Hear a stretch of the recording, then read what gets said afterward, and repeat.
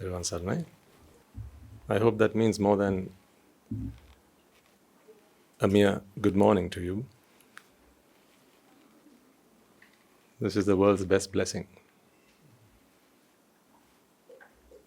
May the refuge of the Noble Triple Gem always be with you. You begin to realize the profoundness of this blessing when you look around you, as well as look at yourself and the life that we used to live. Me, probably one of the best examples I can offer. And then you look around you and you observe how people still strive to look for happiness by engaging in meaningless endeavours. Someone told me recently that now there's a class in society called the ultra-rich. I have nothing but love towards them. Because I have respect towards them, because what it shows us is how much people are focused on the pursuit of happiness. How focused they are, how committed they are. Because otherwise they wouldn't do that. Money don't grow on trees. It is through hard work, through labor, through diligence, and the application of one's effort, knowledge, and so on, that one comes across fortune. Whether that is due to hard work in one of your previous births or in this one. You only get what you deserve. You don't just get what you desire. That is not how the world works. But the very fact that people feel that they have to engage in such endeavours, in the pursuit of happiness, earns my sympathy.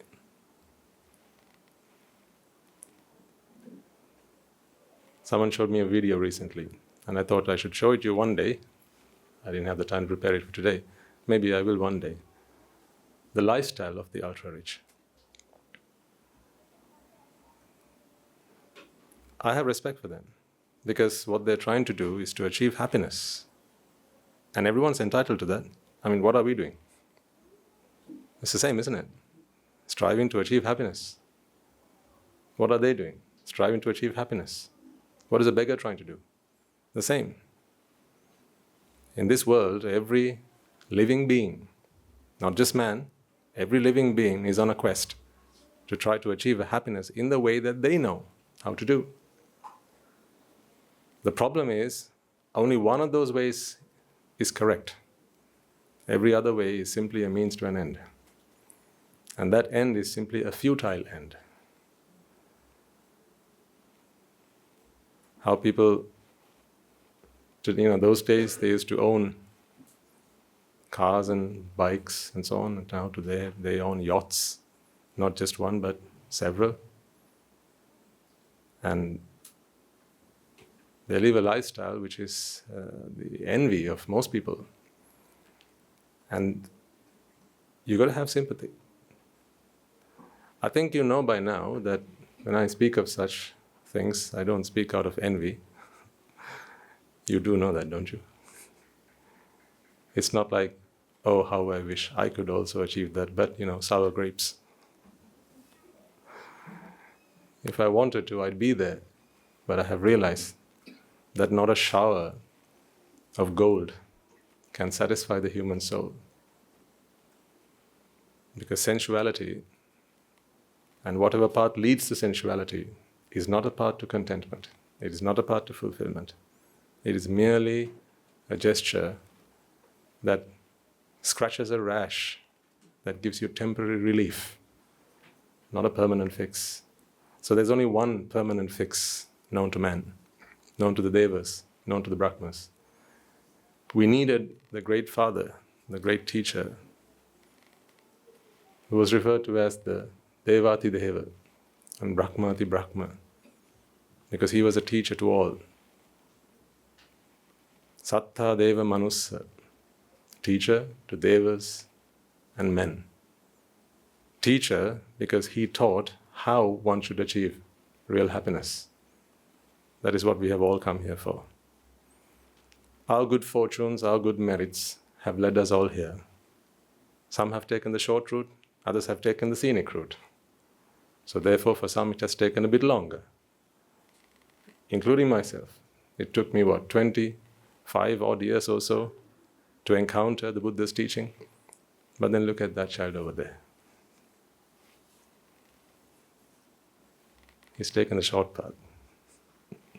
If you ask me, he's the luckiest man in this room right now. Such is life. The merits that we have accumulated throughout our lives, when it's time to reap its rewards, then it will come. And for those who have a lot of merits, it will come in the guise of the Buddha's teaching. So that is what we are here for. May the Buddha's teaching heal you. May the Buddha's blessings see you well. May it guide you.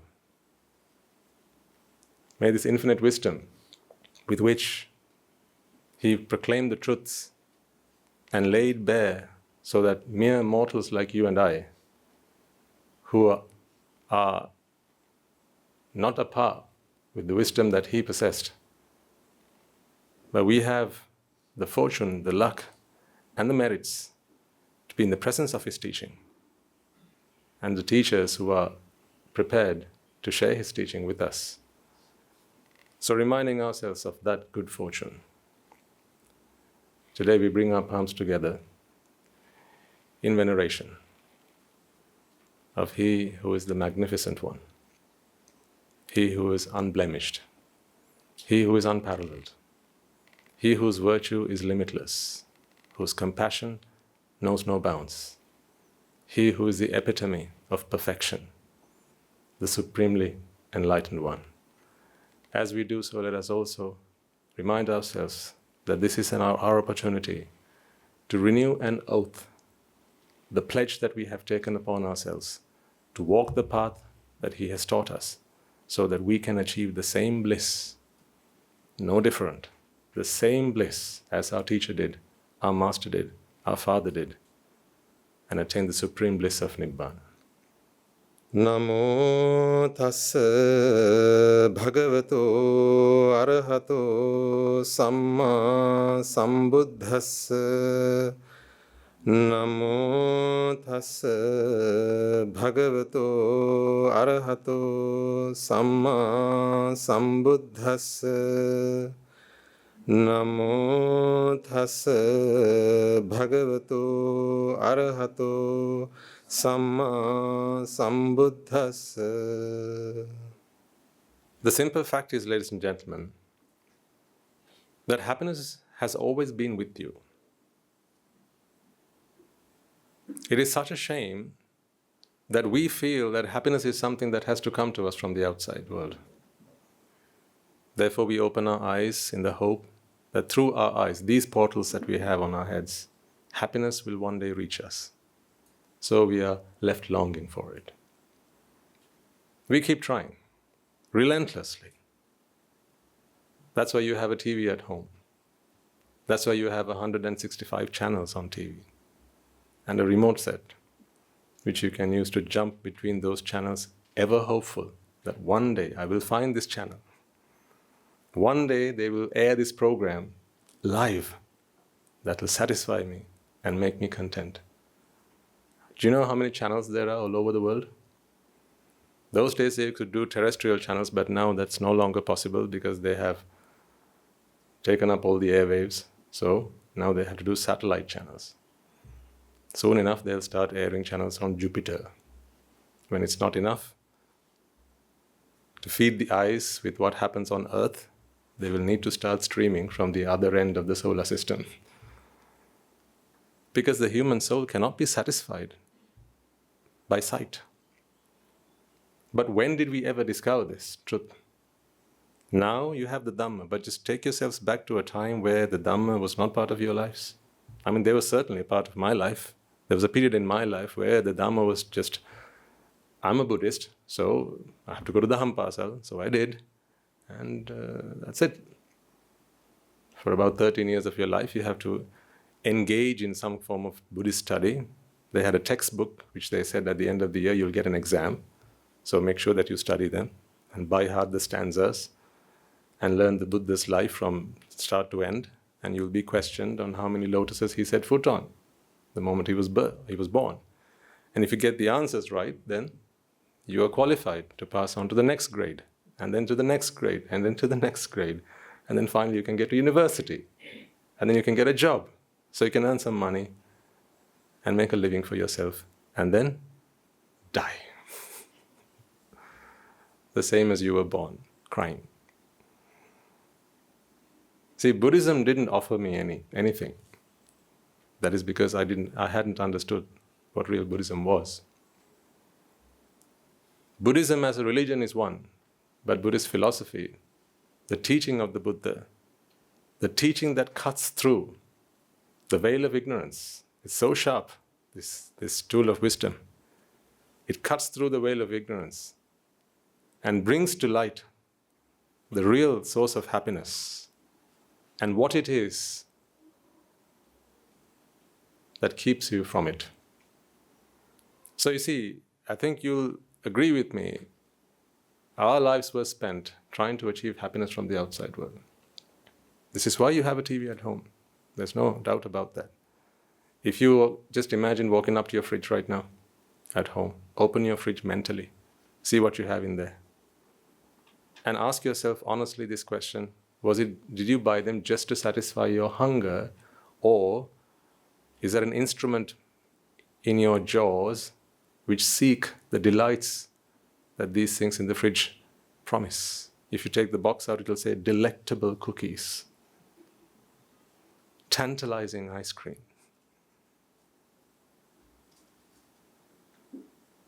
That was not to satisfy hunger.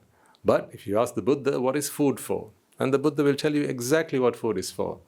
Food is to sate your hunger and repair your body so that it is fit enough to be a vehicle to carry the mind so that it can go on to achieve ultimate happiness. But unfortunately, that is not what people use food for. Food is the worst thing if used incorrectly. Food is good for you, and food is equally bad for you. Used wisely, it does a lot of good.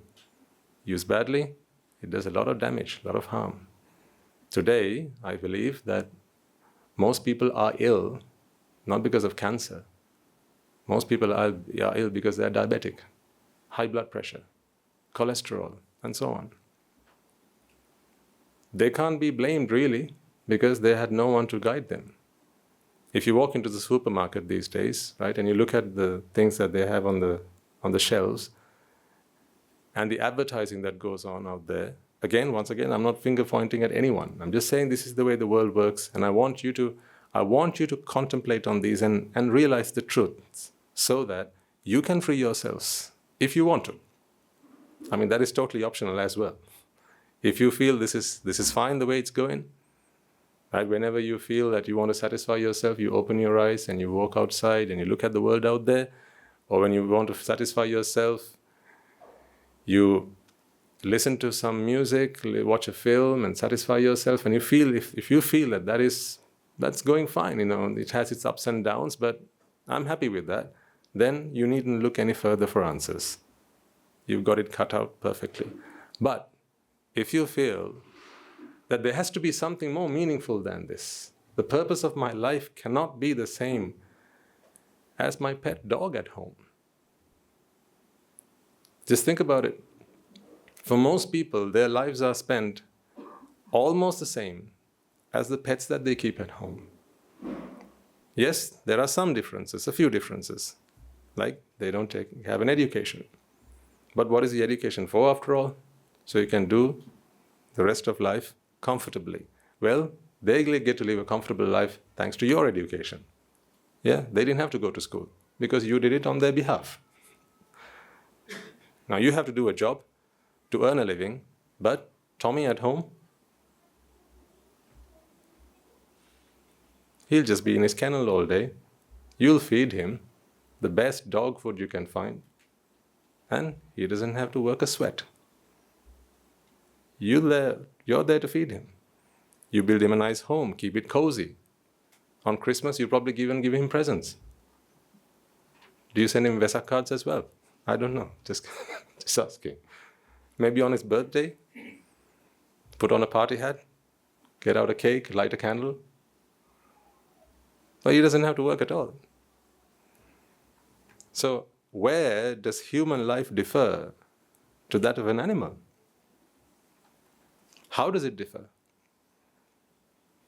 If you're not clear with our purpose, ladies and gentlemen, your life will just pass by, day after day, week after week, month after month, year after year. I'm reminded of one of Guru Hamdra's sermons recently. He asked this question. Why do people light candles on a birthday cake? Is it really a moment for celebration? He asked. If you're 40, say you light 40 candles. What are you celebrating? Just think about it. Why are we celebrating? Why do we celebrate in that way?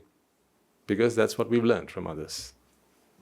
Never really understood why you light a candle and blow it out, right? Why do you do that? I mean, why? What's the meaning behind it? What gives? Don't know really, but that's what people do. That's what society does. So therefore, you follow suit. In fact, what are you really celebrating? The fact that 40 years of your valuable life has passed by. I'm not sure whether that is a reason to celebrate. A reason to sing a song and clap your hands and throw a party. I mean, if time went the other way, understood. Right? Every year as it passes, you get another year to live. Then fair enough. But all the candles you've lit and blown out by this point, all the cakes you've cut celebrating birthdays by this point, all the anniversaries that you've spent together and celebrated. How much fuller lives has it afforded you? How fuller are your lives as a result of that? These are the questions we need to ask ourselves, ladies and gentlemen, because it is our lives we live ultimately. It might be that someone else writes a script, but it's our lives we live, isn't it? You can't just turn around and say one day, I know, it didn't work out really well. I'm nowhere closer to happiness than when I started, but what can I do? It was someone else who wrote the script. You ask them, why did you tell me to do all these things when none of them actually helped me achieve a happiness? They'll say, oops, sorry. That's all you're going to get. That's all you're going to get.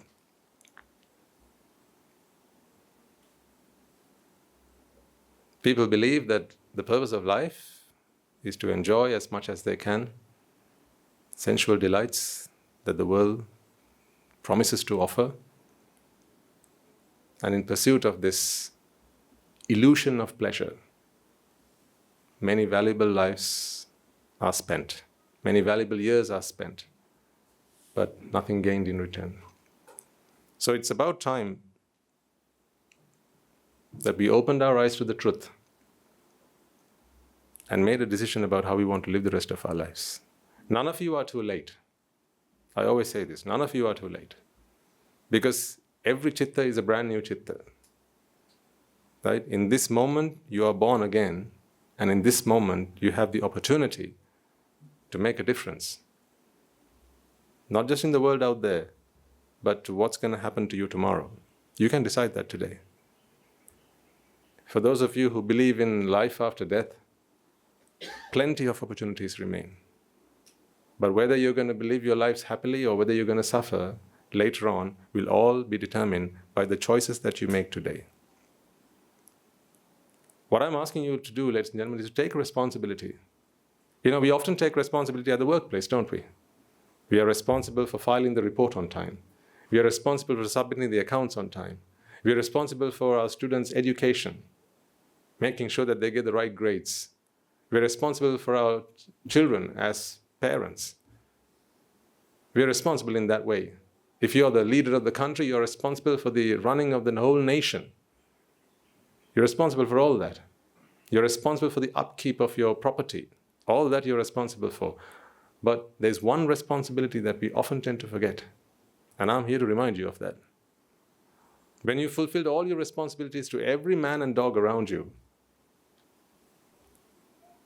what about the one who stands in the middle with no one to look after them? How many mothers, I ask you, pass away every day, having lived hopeful that by getting married as a young girl, by having children, but then on going on to having grandchildren, building up property, earning wealth, that they were going to be happy and successful. But how many mothers die every day on the deathbed weeping? Why does a mother deserve that? I mean, she's a mother after all.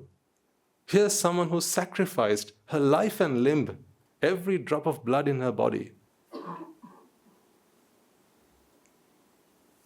She sacrificed her soul to her family. Mothers in the house, don't you agree? Have you not given up everything that you were made of? For your children, for your family, for everything you cared about? Do you think as mothers you deserve to die? Crying? Weeping? Wailing? So what are you going to do about it?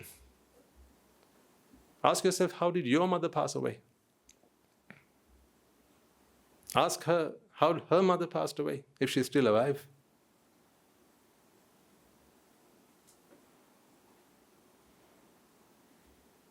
Why do we let these things happen to us? I ask the fathers in this room. Every bead of sweat that you shed, you did on behalf of your children, you did on behalf of your family. You were genuine to your family, wholeheartedly. You sacrificed everything that you had. You sacrificed your friends, you sacrificed your hobbies, you sacrificed doing the things that you love to do on behalf of your families. I ask you, do you deserve to die crying?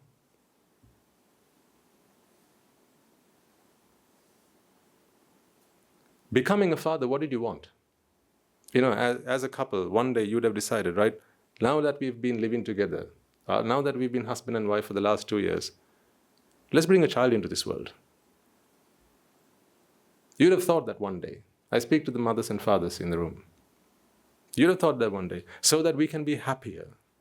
Didn't these thoughts run through your minds? So that we could be happier. Life doesn't seem to be full. It's not complete until we have a child. So you brought a child into this world. And that's great. And then you sacrificed everything. From head to toe, every ounce of energy that you had. You know, just think about all the comforts you decided it was it. You know, I now have to give these up. Whatever, even the little comforts in life, you had to sacrifice them. Because now you are going to become a mother. You are now going on to become a father. A lot of sacrifices had to be made. Seeing friends, those days it used to be every other day, but then it was cut down to the weekends. And then soon enough it was going to be every other weekend. Soon enough, your friends began to wonder whether you were still alive. Remember? Hey, what's up? Haven't heard from you in a while. Are you still alive? Well, you know, I'm a daddy now.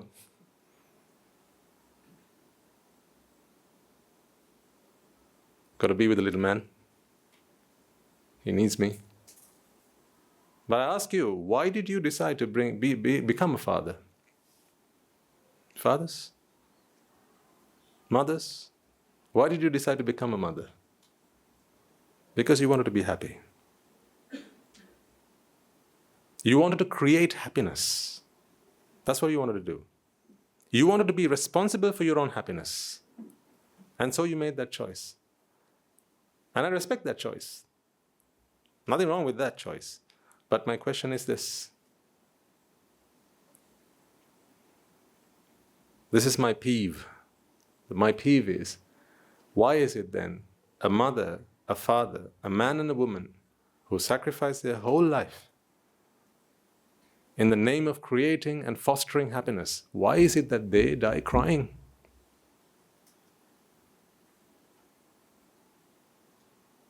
Where did we miss the trick? Hold your mother's hand when she's on her deathbed and ask her, Amma, are you happy? She'll either be honest or she'll be kind to you. One of these two things she'll do. Having always been your mother, having always been the one who would stomach the pains and the grievances and bottle it all up, being the mother that she's always been, she's not going to tell you the truth. She said, Puta, with you here holding my hand, I'm happy now. And then the moment you look away, and the moment you leave that room, just you close the door and keep your ear to the door. You'll hear a faint sob. You'll hear her sobbing. Don't walk in at that moment. She wants to be left alone. Because you've just reminded her that she's not really achieved much in life besides becoming a mother.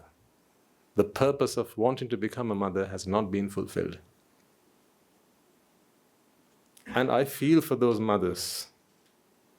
I know how much my mother sacrificed on my behalf. The two of them, they had no need whatsoever to leave their motherland, to leave the comforts that they were well accustomed to leave their families, to leave their relations. They'd built a good life up for themselves. But they thought that for my betterment, for my good, they'd have to take us and travel somewhere else. So we migrated. I have seen from that day how much they have suffered as a result of that. Those who have gone through this journey on behalf of their children will know exactly what I'm talking about. Will know exactly what I'm talking about. Because, growing up, especially in your teenagers, you have your friends, you have your comrades, you have your colleagues, you have your university friends and all that, right? You build up the fabric of society in which you grow up. You weave that fabric where you grow up and where you want to live and where you want to die one day. But it's like uprooting yourself from all that. It's like trying to uproot a plant that has grown fully and then try to plant it somewhere else and expecting it to root. 9 times out of 10, it dies. Because it's one heck of a battle now. The environment is against you. I remember how my parents had to brace the cold winters. Not something they wanted to do. Their bodies were not built for that stuff.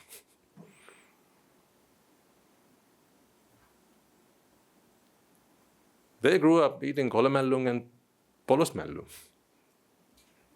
Not eating the stuff that was needed to brace the winters. They were not made for that.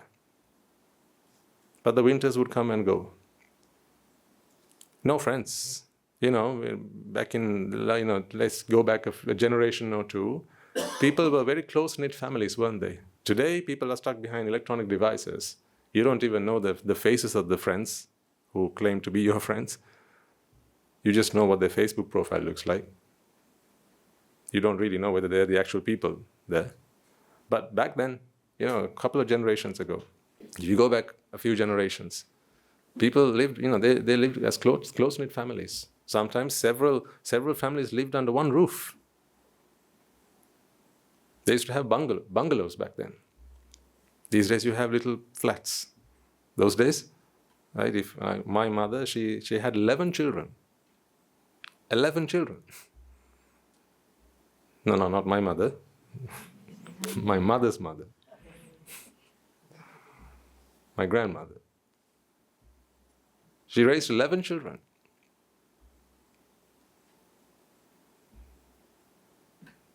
On my father's side, the same. I think 8 or 9. And they all lived together. Until they decided that, independence was the essence of life. And so therefore, everyone left the poor parents who wanted to be happy, and that's why they had the children. And they went out and looking, for expecting to live alone, independent lives, and started to build a nest for themselves.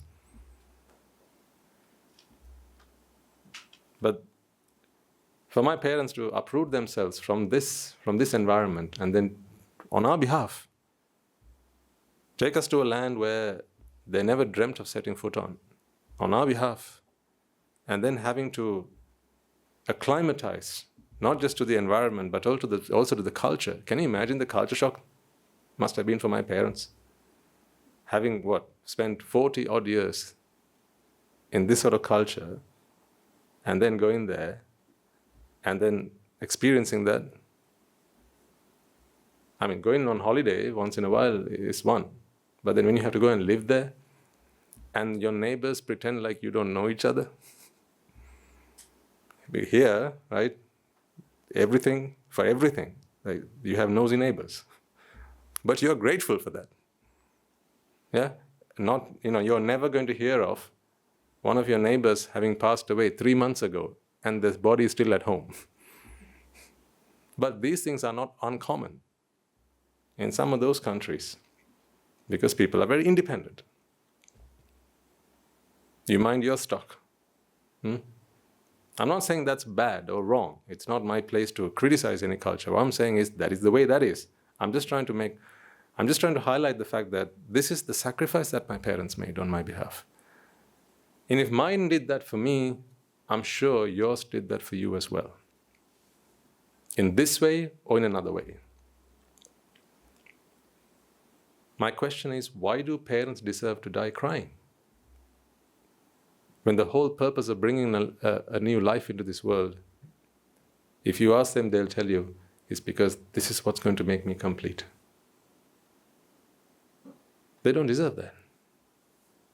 But most of you in the room are either mothers or fathers, or you will go on to become mothers or fathers if we don't catch you before that.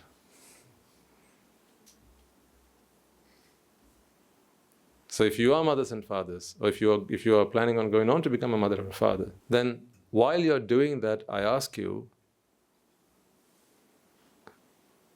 just doing that alone, do you feel is going to fulfill the purpose of your life?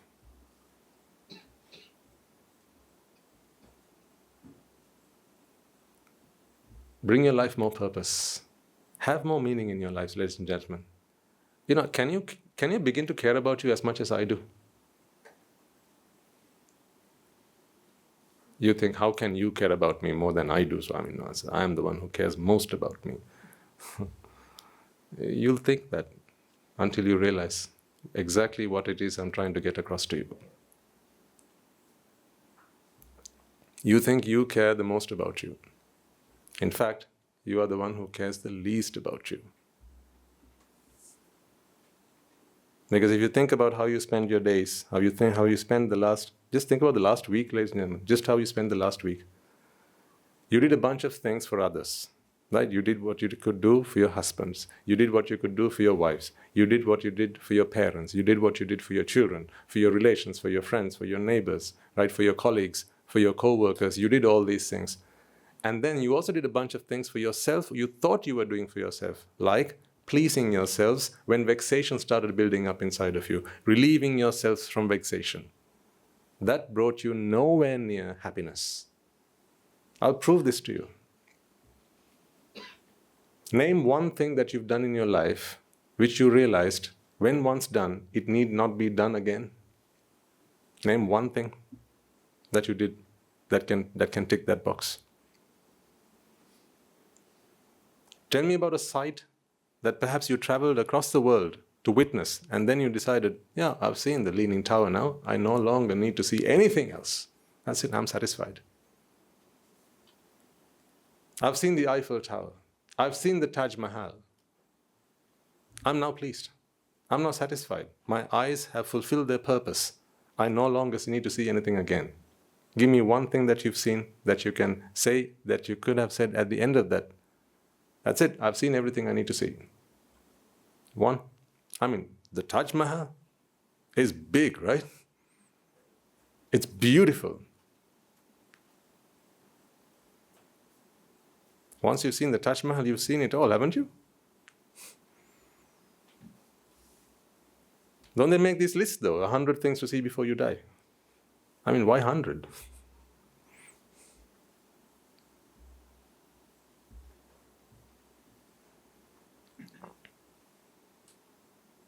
So what did you do for yourself that actually fixed the problem?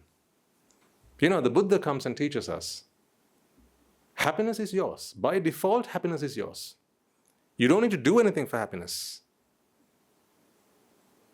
Happiness is yours. But what you do is you look for happiness, expecting happiness to come to you from the outside. You set an expectation, and that is where attachment begins to take over. Craving picks up. With craving and attachment for a happiness that you believe comes to you from the outside world, you open your eyes, and now you long for it. And then you wait, and you wait some more, and you wait some more. All the while vexation building up within you. You know what it's like to wait for something? Waiting in a queue, how exhausting that is. Anyone here enjoy waiting? No one does. That's why they have fast everything today, right? Fast food. Why fast? Why are people so grateful that technology is advancing at such a rapid rate? Because everything is becoming available at one's fingertips, at the touch of a button, at the end of a phone call, at the end of the press of a button. Instant. That is how things ought to be now. Because waiting for something is painful. So you know then that when you wait for something, the pain builds up inside. Keeps on building up. When you're waiting for that phone call from a loved one, you know that's painful. Just imagine your child flies off to another country, says, when I get to the other side, I'm going to give you a ring, mommy. So now he's flying. All the while you're hoping, I hope he's fine. I hope he's okay. I hope he's doing well. I hope the pilot doesn't fall asleep at the wheel. Thankfully, they have autopilot now. I hope everything's fine. I hope the weather is okay. Just imagine on the news you say, right, there's been some turbulence in the air. And there's been some trouble with some aircraft. The reporter says, we are still trying to find out which aircraft was affected. Which airline. We don't know yet, but there's been some trouble. How many mothers will have a heart that will light up in flames at this news? How many mothers? But only one aircraft has gone through this problem. But all of the mothers in the country, if the plane departed from that land, every mother there will start to weep. Fear takes over. You know what happens when fear takes over? You become a completely different creature, don't you? No more rational thinking. You start pacing up the room, up and down, up and down, up and down. That's why, sit down. No, I'm just too nervous. I can't do that. Your heart starts pounding, starts sweating and heating up and all sorts. You get agitated. You become irritable. All these things take over because you think that is what being a mother is. That is what attachment is doing to you. Understand the evil that attachment does to you and be a good mother. The attachment does not get in the way of being a good mother. In fact, no, let me correct that. Attachment does get in the way of you being a good mother. You cannot be the best mother that you could be because of attachment. Free yourself from attachment, and then you will be the best mother. Because now your choices are always rational. You always make the right choices. Then your children, if they do something unexpected, you do something that you don't expect them to do, you don't get all angry and take it out on them. How many times, parents in the house, have you taken it out on your children, and then later on you thought, I shouldn't have been so harsh on them? Has that never happened to you? Plenty of times, right? You could write a book on this stuff, couldn't you? All the times where I crossed the line I shouldn't have. And now it's left a scar with them for life. Now you can't change it. The times where you and your husband or your wife had an argument at home and the children were at home, but you couldn't hold yourself back. Because when dvesha strikes, it's a demon. When the demon strikes, right, your mind goes into a deep state of vexation. And the only thing you can think of at that moment is, how do I relieve myself? You don't have the sense about you to evaluate the collateral damage that's going to happen as a result of that. It's impossible. In those moments, you're helpless. I give you that. You're helpless in those moments.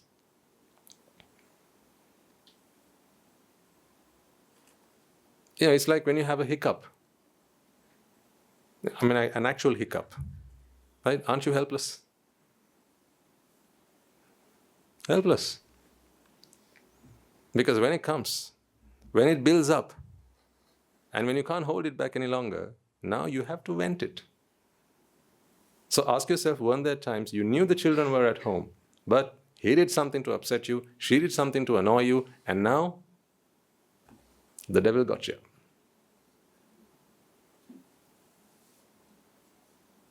And then, an hour later, you walk out to the patio, walk into the garden and think, I shouldn't have done that. I should have controlled myself. But now it's too late. What was said was said. The mother cursed at the father cursed at the mother, swore at them, and the children heard it all. And now you think, I shouldn't have done that. But you can't take it back. Regrets. This is not because you're a bad mother or because you're a bad father. This is because you're bad to yourselves. That's why. Because you have allowed attachment, ignorance and attachment to remain with you. You have allowed desire, aversion and delusion to remain with you. My ask of you, ladies and gentlemen, is you make a lot of effort, and I know you do, all of you in this room, you make every effort to free yourself from, to ensure that you have 3 square meals on your table. You work hard to ensure that there's a roof above your head.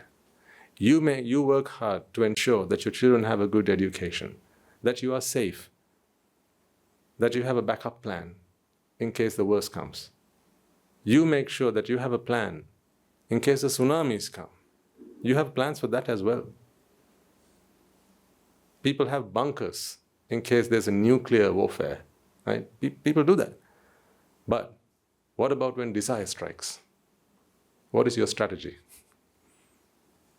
And when does it strike? You don't know.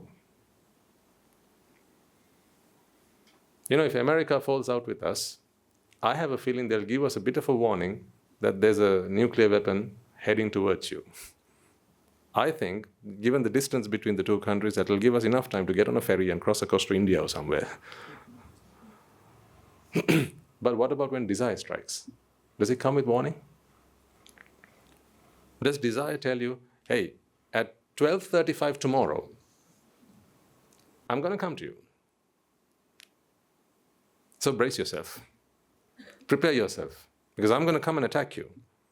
And I'm going to give you lustful thoughts. And I'm going to put those thoughts in your mind when you're going to be somewhere, among your friends, maybe when you're at work. As I say these things, I want you to think about whether these things have never happened to you in your lives. When I come and strike, I'm going to put lustful thoughts in your head and you're going to be on the bus. Now save yourself.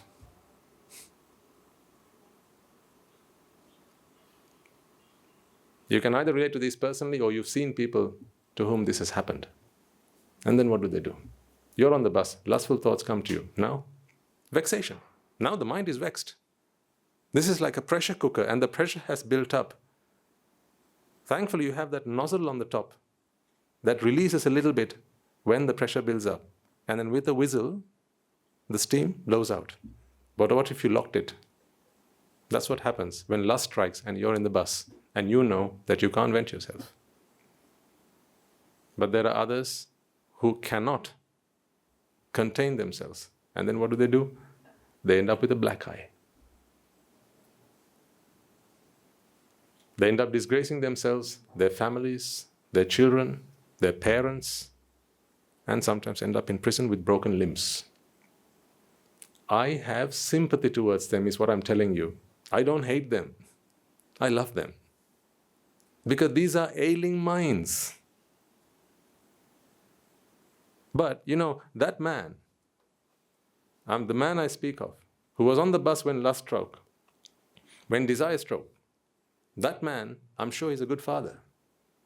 I'm sure he is a good father. I'm sure he's a good colleague. He's a good worker. If he had managed to control himself and he'd gotten himself to work, he would have done a good, hard day's work. He would have.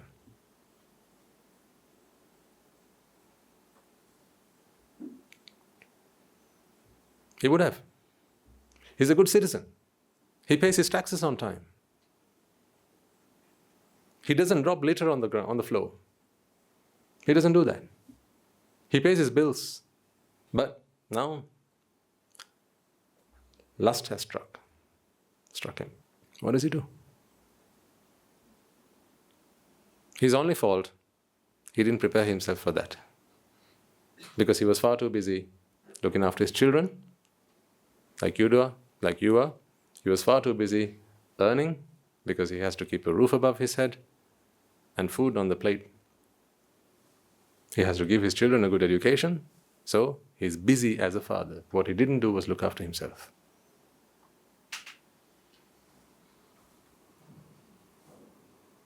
Don't you suffer when lust strikes you, when desire strikes you? Don't you really suffer? When you know that your heart is now, it has been entangled, the thorns of lust when they prick you, the poison of desire when it stings you, don't you feel this? And you feel you were better than that. I'm not just talking about the sensual lust, like, the fifth one. That's not just what I'm talking about. I'm talking about anything that your mind desires.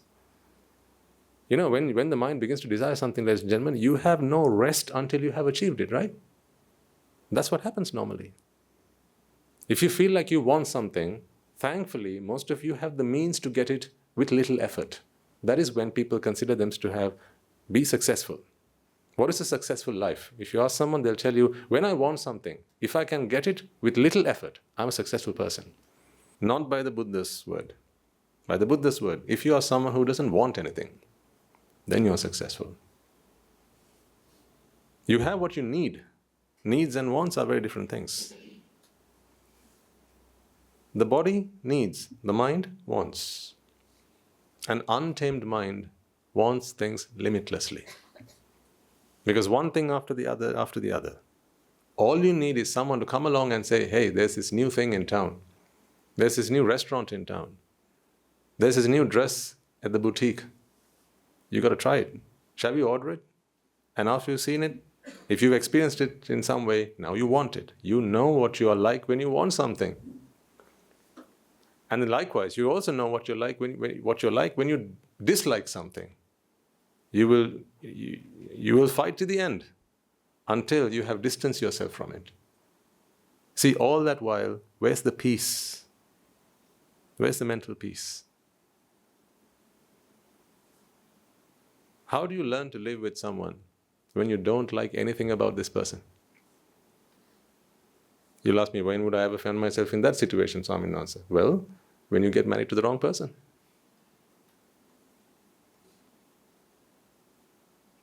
How about then? I ask you this question, right? This will help you determine how successful you are in your lives by the Buddha's word. You're married. Just imagine this situation. You're the man or the woman, either way, you're married. And you find out your spouse has cheated on you. And it's been happening many times. You've asked them previously, is anything going on? They've said no. So they've lied to you and they've cheated on you. So if one fine day you come across this and you find out that this has been going on, now there's nothing they can do to hide it because you have all the evidence, you ask them about it, and now they're speechless, so then they reveal it all to you. Here's my question to you. From here on, can you live with them, loving them the same way that you did until that day? Look after them, feed them, wash their clothes, if that is what you do at home. Be his or her companion. Make that cup of tea in the same loving way that you always did.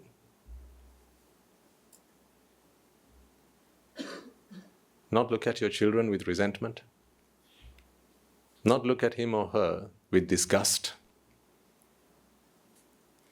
The reason you can't do that, if you can't do that, is because you personify badness, evilness, ungratefulness. You think these are people who do these things. But that is what I say is wrong.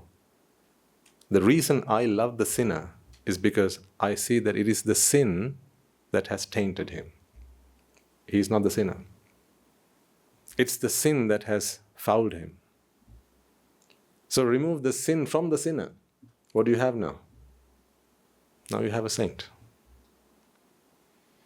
So if anything you want to pick a fight with, not anyone. If you want to pick a fight with anything, it should be the defilements. And all defilements are rooted in ignorance and attachment. So why do people pick fights with somebody else? See, if you'll understand this Dhamma, ladies and gentlemen, you can live happily married lives. I know monkhood is not for everyone. But a monk's attitude, that is for everyone. You're all entitled to that. A monk's attitude, that needs to come first. No point monkhood coming first and the attitude coming later. Because if you can't wait till then, chances are usually the monkhood goes away as well. You need the monk's attitude to come to you first. So a monk's attitude, you're all entitled to. What is a monk's attitude? For you to be able to see that when you look at someone and you think that this is an individual, you think this is your husband, you think this is your wife, this is not what's really going on. This is merely how you perceive them. If this person is in fact your husband or a husband, why is it that only you see them that way? Why doesn't anyone else in the world look at this person and think, husband? Thankfully they don't, right? So what about him is husband? I mean, you can say he's got, usually he won't have long hair. Let's say he's got long ears. Unusually long ears. Everyone will look at that and go, he's got long ears, hasn't he? Everyone will say that. You'll say that, your friends will say that, your colleagues will say that. Everyone in the world will look at that, he's got long ears. Let's get him into the Guinness Book of long ears, right? But you're the only person in this world who's going to look at this person and go, husband. So what about this package is husband, I ask you? Is it in the package? So then where does husband live? In your minds. So husband-ness lives only in your perceptions.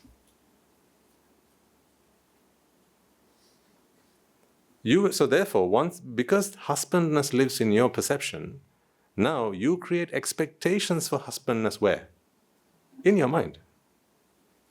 What's this poor guy going to can do about that? He's helpless.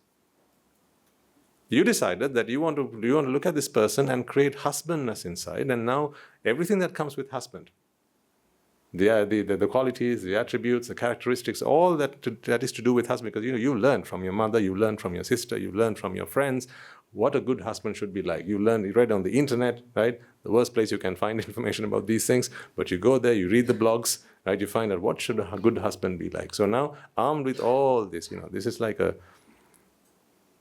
a threat coming towards this innocent person. But what's going on is you're building this picture of what husband-ness needs to look like, and now you have it. Now you project all that on this poor guy and expect him to tick all those boxes. Really, he's not a husband.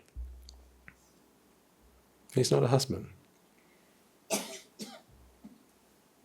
This is just a mind and body. No part of this is husband. This is an arm. This is the body. This is the chest. This is the lower body, legs. This is the head, ears, eyes, nose, mouth. That's what this is. Take one step further in, you have muscle, you have bones, you have blood. This is what you have. Then you have the mind, of course. There is a chitta that arises and passes away. A chitta arises when presented with an object. And that object could be anything. Could be a person, could be a flower, could be an ice cream cone, could be anything. Presented with an object, a chitta arises and passes away. The whole purpose of this chitta is to recognize, perceive what that object was. That's it. That's why if you are married, say, to someone and they go to the sasana, they become arahants. Right? You walk up to them and go, hubby! And the arahant one is going to go, no be. No way. They'll know what you mean because they'll be able to relate to you. They can understand why you're calling them husband. But they're not going to reciprocate those feelings. They won't perceive you as a wife. They won't. So you're not going to get husband-like treatment from them because they don't perceive you as a wife. Because what you see is what you get with them. Mind and body. Their chittas arise and pass away, all the while just perceiving the object that was presented to it. That's it. But they understand why you feel this way. They do. And therefore what they'll do is, they'll give you the Dhamma. They'll tell you, sit down. Let me talk to you. For once, listen to me. For once, let me speak. Can I have the microphone, please? Now listen to what I have to tell you. You think that I'm your husband, right? That's why you still have these feelings towards me. But dear sister, I don't have these feelings towards you. Now don't be shocked when I say this. Don't think how ungrateful. It's not so. It is only out of gratitude that I speak to you right now. You are illusioned. You've created this illusion in your mind in which you see a husband. I'm helping you make sense of what the Arahatun Maharaj is going to tell you in that moment, at that moment. What is husband about this person, I ask you? See, when this person goes to work and he's with his boss, is he husband now? No. But what does the boss expect in this person? His subordinate, his employee, his worker, right? But so is he the worker then? He's not. Now he comes back home and he's with his children. Children go, Daddy. So is he daddy now? What part of worker did he leave at the office when he came home? Nothing. So don't you see that these individuals that you create in the world are all projections of your perceptions? You perceive all this and then you project them on them, and then, here's the worst thing about it, you expect them to behave in the ways that you want them to. Now with those expectations come what? What goes hand in hand with expectations? Absolutely. Disappointments. Then you ask me, why can't this person behave in a way that doesn't disappoint me? So you bring them here to the monastery. And then you come and tell us, Swami, my husband, he doesn't listen to anything I tell him. He's so stubborn. Can you please talk to him and tell him to be a little bit more understanding for all the sacrifices I'm making on his behalf? Please, can you talk to him and give him some advice? You're barking up the wrong tree, I tell you.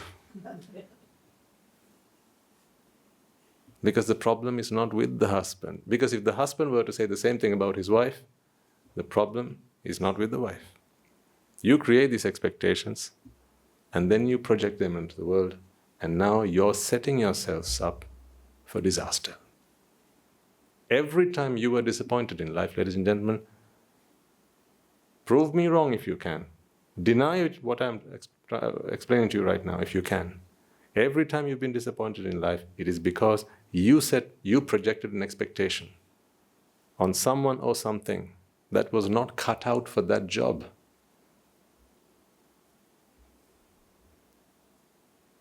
What you have here is a son of God, not your husband.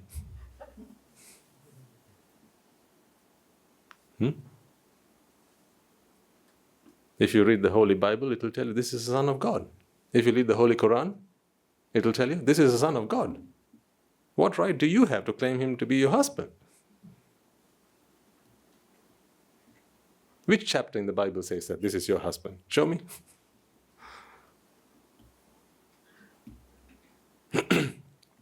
And if you read the Tripitaka, it will tell you this is just Vipaka. Yeah. This is just Rupa, Vedana, Sanya, Sankara and Vijnana, the 5 aggregates. So the Holy Bible and the Quran will tell you this is the Son of God, the Tripitaka will tell you this is just the 5 aggregates. Nowhere will it say it is your husband, except on your marriage certificate. But who wrote that? People just as ignorant as you are. See, we live in a very 2-dimensional world. We don't see the 3rd dimension. This is the 3rd dimension. When you're ignorant, you don't see the 3rd dimension, the real dimension. What I'm helping you to try and do is to at least dip into it from time to time. At least dip into it. Dip into the cool waters of the Dhamma and see how it pacifies you, how it cools you and soothes you.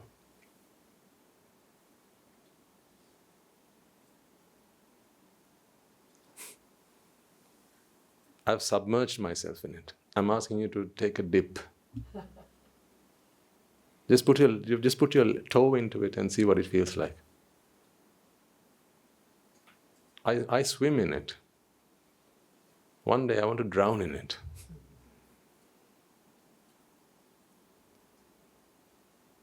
See, once you see the world as Rupa, Vedana, Sanya, Sankara, Vijnana, here's what you do.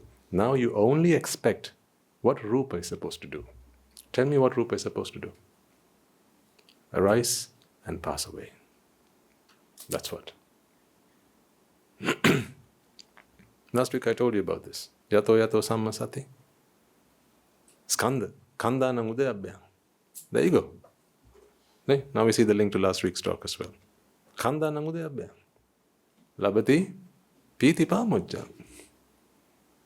If you can contemplate on the fact that Rupa, by nature, merely arise and pass away. In other words, they are just manifestations of causes. Expect that of Rupa, you will never be disappointed, I tell you that. It's okay. If there's one expectation you can have on Rupa, expect them to be manifestations, expect them to arise and pass away, be characteristically anicca and anatta, you'll be fine. But expect anything else from them. Every expectation will only lead you to disappointment. That's why you're always frustrated. You're frustrated with your children, you're frustrated with your sister, you're frustrated with your brother, you're frustrated with your mother, you're frustrated with your husband and your wife and your brother.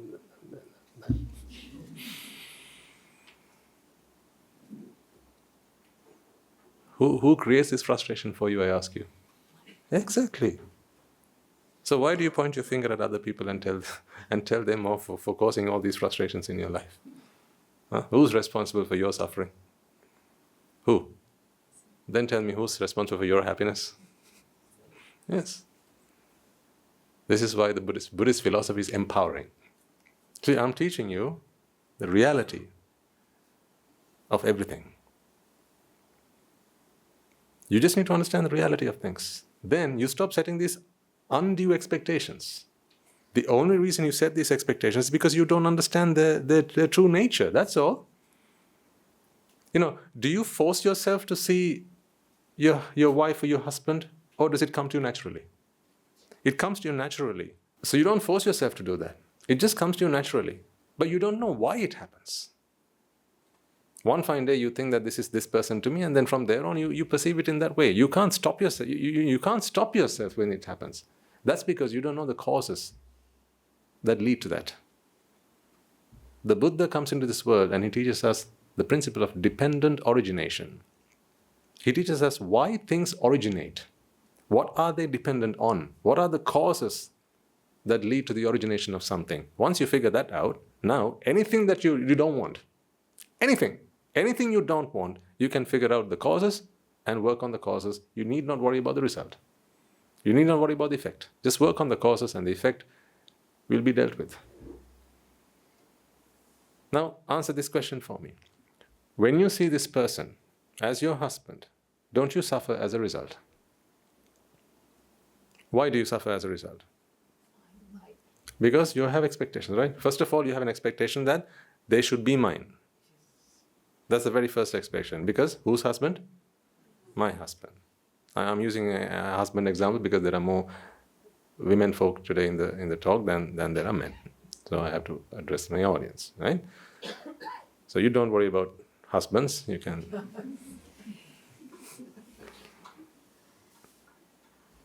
take an appropriate example, whatever floats your boat. Okay? So when you see a husband, the first thing you think is my husband. See, now, here's what you're doing, ladies and gentlemen. Ask God, and God's going to tell you one of my children. Ask the next man. Ask God about the next man. What's God going to say? One of my children. Next door man, person next door, one of my children. Hitler, ask God who that is. One of my children. What about the people who died in the Holocaust? Ask God, children. To God, everyone's the same. All are children. So God loves all the same. If you read the Bible, that's what the Bible will say. If you read the Tripitaka, the Buddha will say, Rupa Vedana Sanya Sankara Vijnana. What about the man next door? Rupa Vedana Sanya Sankara Vijnana. 2 doors down, Rupa Vedana Sanya Sankara. Your worst enemy. What? You still have some?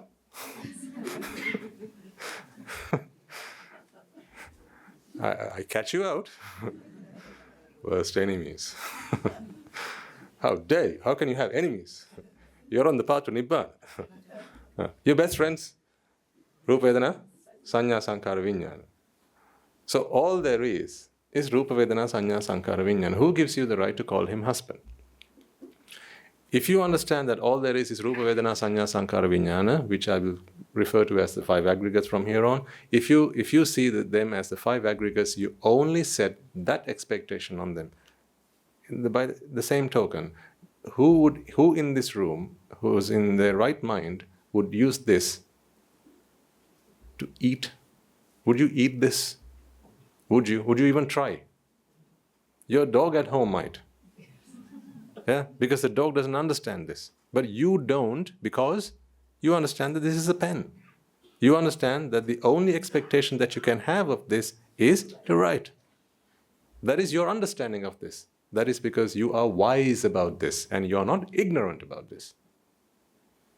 Now let's say you become ignorant about this. Now what are you going to do? You might start to eat it. You might start to chew on it. And on here it says, this is harmful if ingested. Consult your physician. Then it's going to cause you all sorts of damage, all sorts of harm. Because of ignorance. See how ignorance leads to suffering? Ignorance leads you to set undue expectations on things when they are not due, when you are not supposed to set those expectations. The same thing happens here. This is a child of God. These are the 5 aggregates. How can you set an expectation that they cannot fulfill and then expect to be satisfied, expect to be content, expect to be happy? Why? Don't you have this expectation of your friends that they will never lie to you? Don't you? I ask you. Don't you have an expectation on your friends, on the person that you believe is your friend, your best friend, that they will always be loyal to you? Don't you? What right do you have to set that expectation? because they are a best friend only in your mind. So therefore you set an expectation that they will always be loyal to you, and then you expect it of them. And if they don't, sometimes you might even slap them. You're the one setting the expectation. How come they're the one who's getting punished? See, when you punish others for your sins, karma gets you.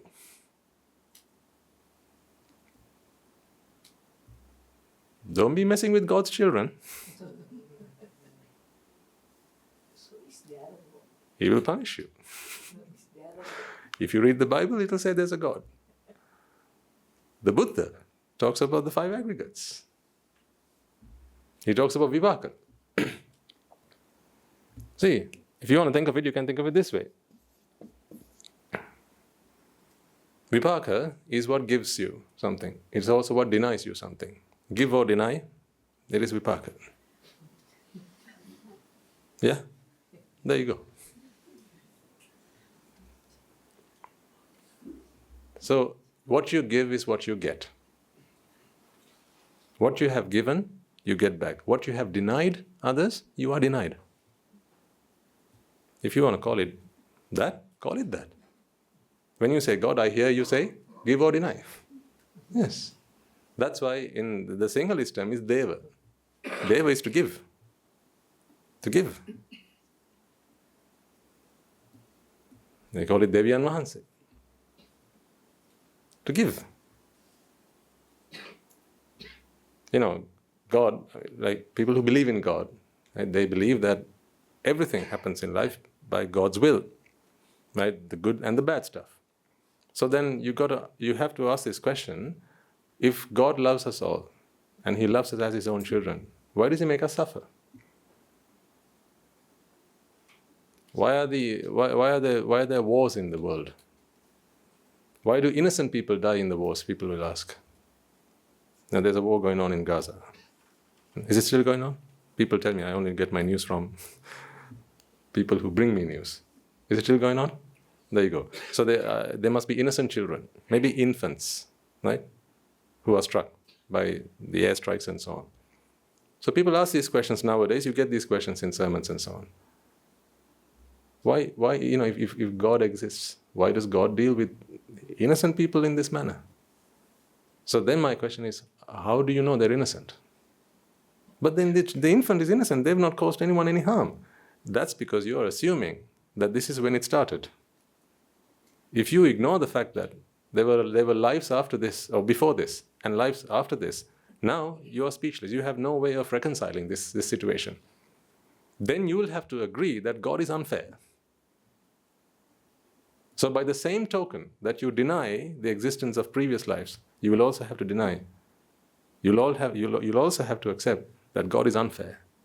My point of view is, let's accept God. I have nothing against that. Yes, but in this is my definition of God. So does God exist? Yes.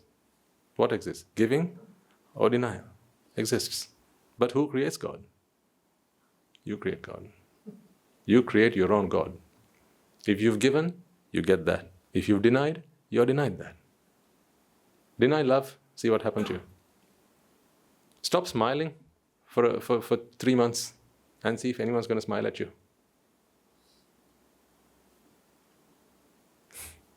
See, I'm smiling at you now, and what are you doing? There you go. I've created my God. If I want to smile, just smile at someone and they'll smile back at you. If you want to get slapped, what's one of the sure and short ways of getting that? Walk up to a stranger. Slap them.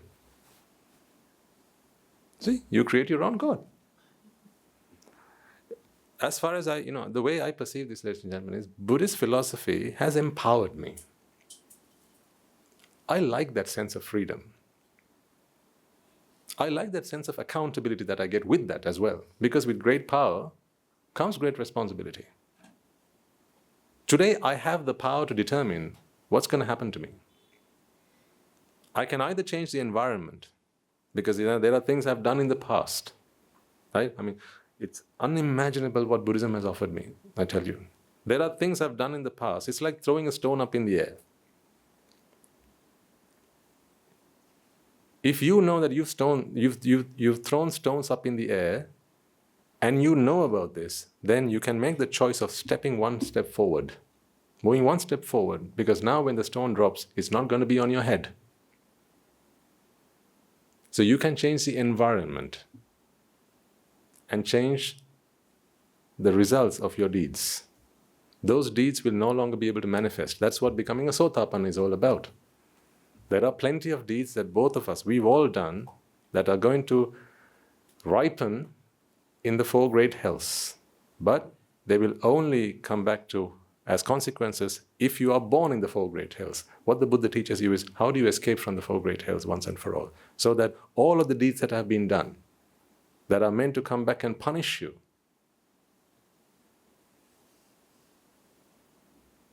they can all be invalidated. All be invalidated. You can do the bad deeds and run away. This is like a get out of jail free card. It empowers you. But until you figure out this principle, until you've come across this philosophy, now you have to suffer for the deeds you've done. You have to. That doesn't empower you. That's like being put in a prison. And then you're at the mercy of the prison officers. Buddhism has empowered me, and I want it to empower you as well. And then the other thing that it helps you do is, now you know that deeds come back to you as results. So therefore you can decide what your tomorrow is going to be like. You can create your own God. Whatever you want, give it. It'll come back to you manifold. Whatever you want, you don't want, deny it from coming to others. If you don't want to suffer, what's one of the best things you could do? Exactly. Helps suffering come into others. That's what I'm doing right now. Because I don't want to suffer. As I don't want to suffer, I'm going to try and teach you how not to suffer. If I want you to suffer, if I make you suffer, then I make myself suffer. That is the phenomenon, that is the principle of the world, that is the principle that governs everything. Would you rather it be that way, or would you rather that someone else call the shots? What do you like?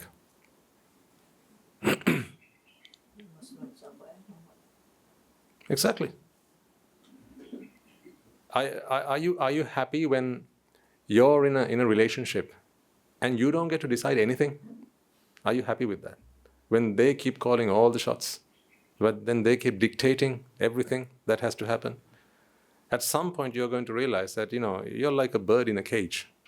Right? This is just torture. This is not what I signed up for. There has to be some sense of, I have to be able to say something and have at least a few things my way. You feel that way. Here's what I'm asking you to do. This is the key to open the cage and fly out. Now you can be whatever you want. You can be free. This is vimukti. Freedom. This is liberation. That's why they call Nibbana liberation. It liberates. It frees. You're no longer strangled. You no longer have to be someone else's pet. You can be free. That's why if you understand this properly, ladies and gentlemen, you don't have to go begging, borrowing and stealing. You can become your own God. Make your own choices. If you want to be happy tomorrow, help others be happy today. You will certainly be happy tomorrow.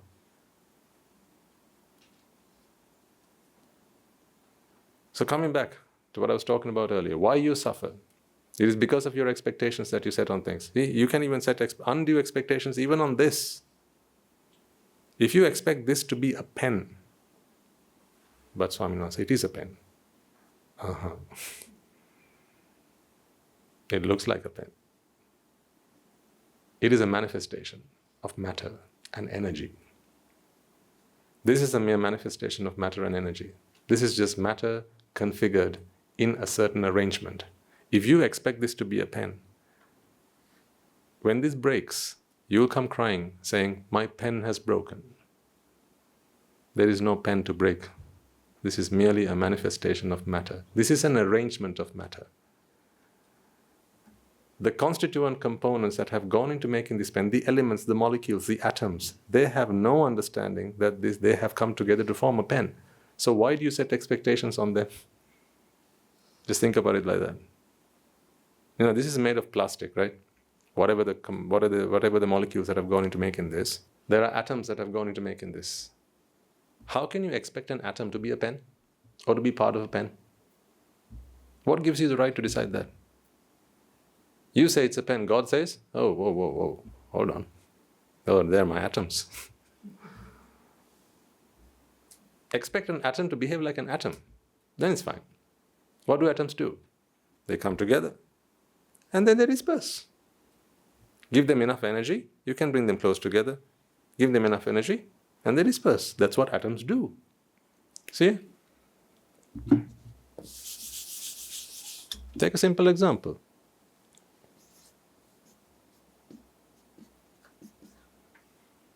This is a molecule of water. That's fine, right? Yes, H2O. You have a molecule of water. These are atoms. This is an atom of oxygen, an atom of hydrogen, and another atom of hydrogen. These three atoms are now held together in covalent bonds. So these are bonds that keep these atoms together. Energy is keeping these atoms together. When you open the tap, lots of this fill a pot. Now you want to make a cup of tea. Then what do? You take it and you put it on the stove. Once it's on the stove, now you light up the fire. What does fire do? Provides energy. That's what fire does. It provides energy. No, it doesn't heat it up. It provides energy. That's what it does. Right? Think in the third dimension. These are conventional terms, heating up, boiling, and so on.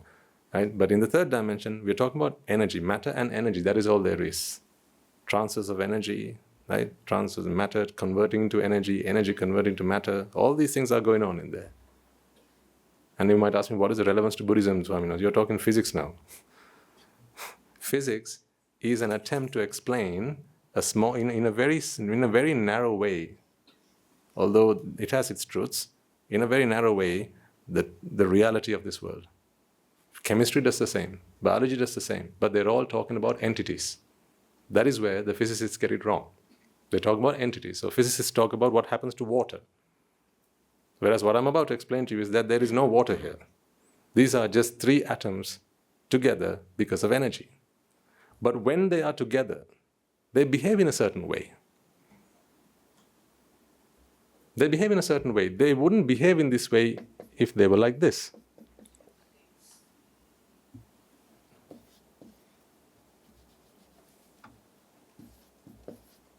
If they were like this, they wouldn't behave in the same way. Now, this has its own characteristics, this has its own characteristics, but when these two come together, now it has very different characteristics. So, here's what you need to get into your heads, ladies and gentlemen. Things behave in certain ways. They demonstrate certain behaviors when they're together. It's like you when you're among your friends. Now, don't you come together as groups to achieve certain things, achieve a specific purpose? When you're together in one group, you do certain things. When you're in a different group, you do different things. Right? So you have, give me a club.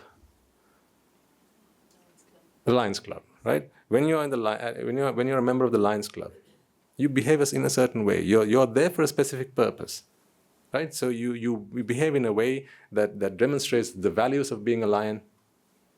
I mean, not that lion. A member of the Lions Club, right? That lion, right?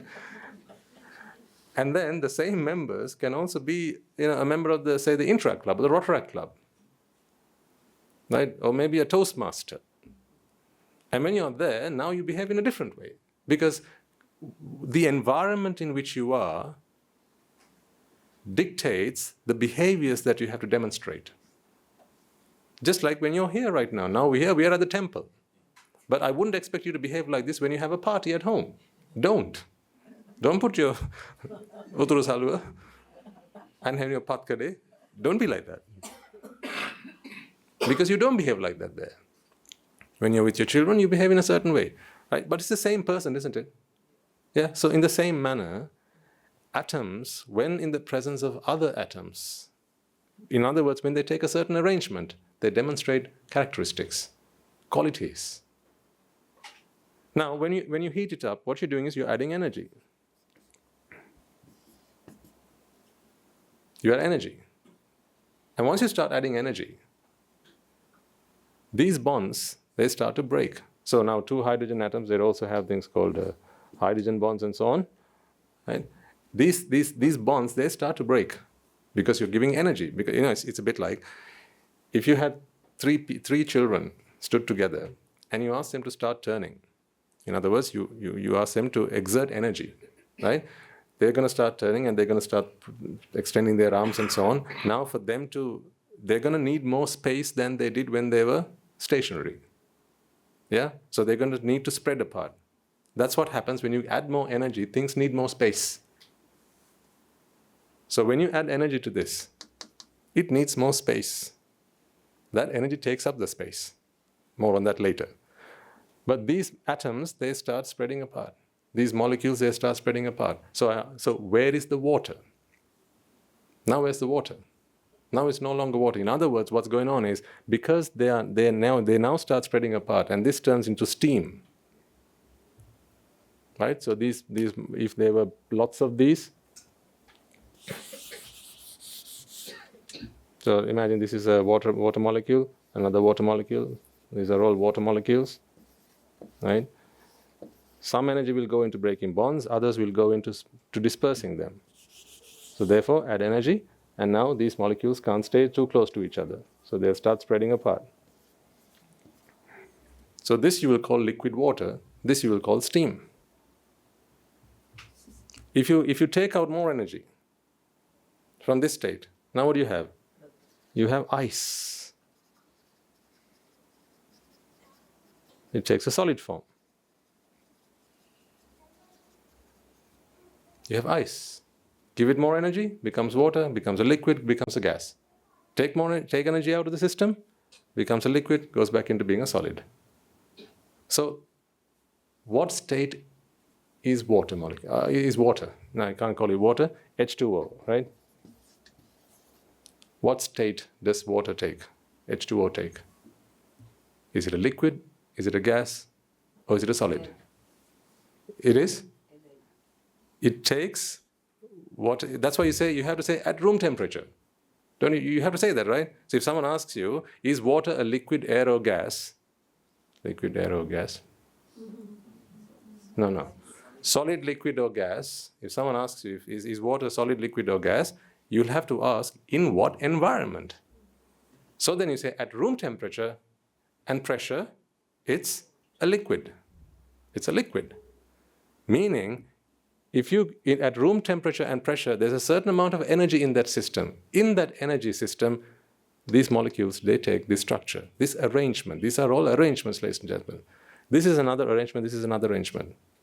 Now, I wanted to use this to explain to you what's really going on, because we've done this stuff for chemistry and physics and so on, so you understand this principle. Now let's apply the same principle to other things. I used the example of the pen earlier. Remember? And I asked you, what is this? You told me this is a pen. Is this really a pen, or is this merely matter arranged in a certain way? Is this matter arranged in a certain way? Energy keeps this in this shape. Give more energy, it's going to start to melt. That's what happens. So is a pen this shape, or is it like a liquid? What is a pen? What shape is a pen? Exactly. See, you can't say that. Now you're going to have to say, at room temperature and pressure, a pen takes this shape. But there's a deal. Once this melts, you no longer call it a pen. So therefore, the names that we use are merely references to states, arrangements in a given environment. Right? So then I come back to you. Let's go back to your husband. So, who is your husband? So who is your husband then? Is he a man? Is your husband a man? What is a man after all? Now think, relate to that in relation to this. Because we've just discussed what a pen is. We've discussed what water is. I ask you, is water a solid, liquid, or gas? And then initially you said it's a liquid, and then you realized, wrong answer. It all depends on the environment, right? So then I asked you about the pen. Is the pen something that takes this shape? And then you have to tell me, at room temperature and pressure, yes, it takes this shape. But if you add temperature, if you add heat, if you add energy, this melts. And at some point, it will also become vapor. You can evaporate this. Yeah? So, coming back now to your husband. Is he a man? Mind and matter. This is just matter in a certain arrangement. That's all it is. Can we not melt your husband? I can read minds, by the way. So don't you be saying how I wish. Can't you melt? Of course you can. All you need is, this is what happens when you put them in a coffin one day. Yeah? Decomposes. If decomposition, see the word itself, decompose, means previously it was what? Composed. Now it's decomposing. Later on it will recompose into something else. Maybe a pineapple. Maybe an apple tree. See, if you let the cows graze where you laid down your husband's body, soon enough your husband will become a what? First you'll think it becomes the grass, yes, and then goes back to being what he was when he was alive, right?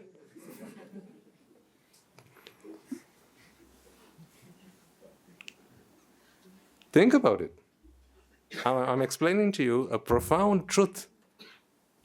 So once you begin to see that all material things in this world are merely manifestations, in other words, energy keeping matter in a certain shape and form, now you stop setting expectations on the form that it is right now and your projections on it. That's what you stop being able to do.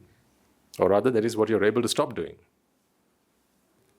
As long as you see this as a pen, this is what we call a fixed object, an entity. If you see this pen as an entity, you can't stop yourself from projecting everything you know about a pen onto this. But ask the atoms what it is. If the atoms could speak, would they say we are a pen? Would they? No. One of the best examples I can give you is when you ask a bunch of people to stand blindfolded. They are blindfolded and you ask them to stand in this order. What do you see? You see a circle, but they're blindfolded. Do they know that they're members standing together to form a circle? Do they need to then? For this circle to manifest, do any of these need to know? No. No one here needs to know that they are stood in a circle. Because the circle is your projection. A circle manifests.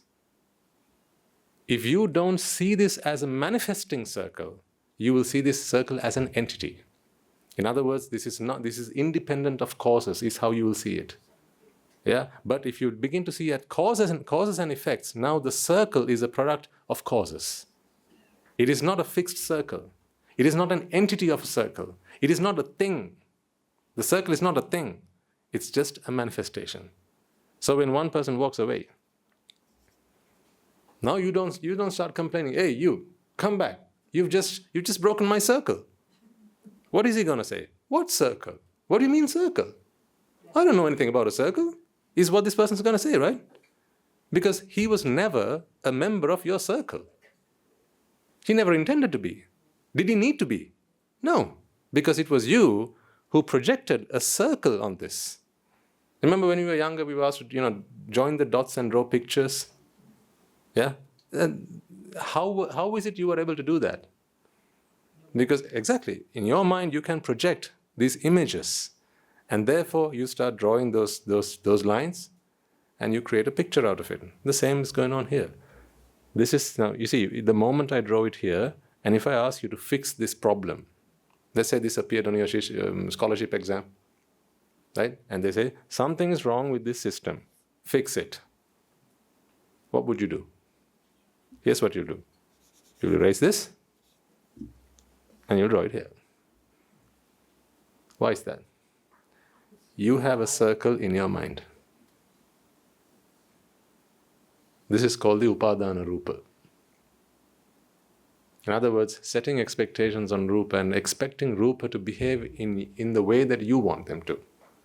See, this is the cause of suffering. You are attached to this, therefore your expectation is this. So therefore when one starts going AWOL, no, that doesn't work, come back. This is exactly what happens with your husband. This is just mind and matter. Matter will perform as matter and a mind will perform as a mind. Minds are simply instruments of perception. That's what they are. They will perceive. So, I don't know whether you can stomach this, but I will give it to you anyway. You know that Jethavanarama monastery is exclusively for aspirants of Nibbana, right? Right. So you knew it before you walked in through these gates, right? Okay. Take your husband. This is matter and mind. You project husband to this. So when you project husband to this, you expect 100% loyalty. Don't go there, Swami Nahansa.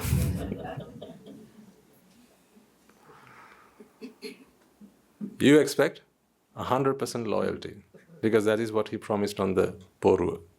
As he put the ring on your finger, he said, till death do us part, I will always be yours and I will forever be faithful and loyal to you.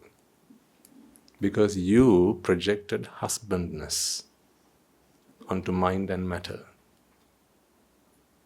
This is just a mind that is laden with ignorance and attachment. Otherwise you should have married an arahant. Whose fault is it that you didn't marry an arahant? When you went looking for a partner, right? Whatever you talk about, partner.lk, do they have websites like that now? I know they have shadi.com. So you go on partner.lk, right? And you put in the details. Did you select, can I please find, arahants please apply. You had male, you had 6 foot tall, you had 20s, you had a doctor, you had the profession that you wanted them to be in, of good descent, born to good parents, respectable parents. Did you say, having understood anicca dukkha anatta as one of the requirements? You didn't. If you had, then it would be reasonable for you to expect that mind to be loyal. I'm trying to explain to you why, if there were moments of disloyalty, why it happened. If you can understand why, then you begin to appreciate that out of compassion. Then hatred goes away. Anger goes away. Resentment goes away. And you can live a happy married life.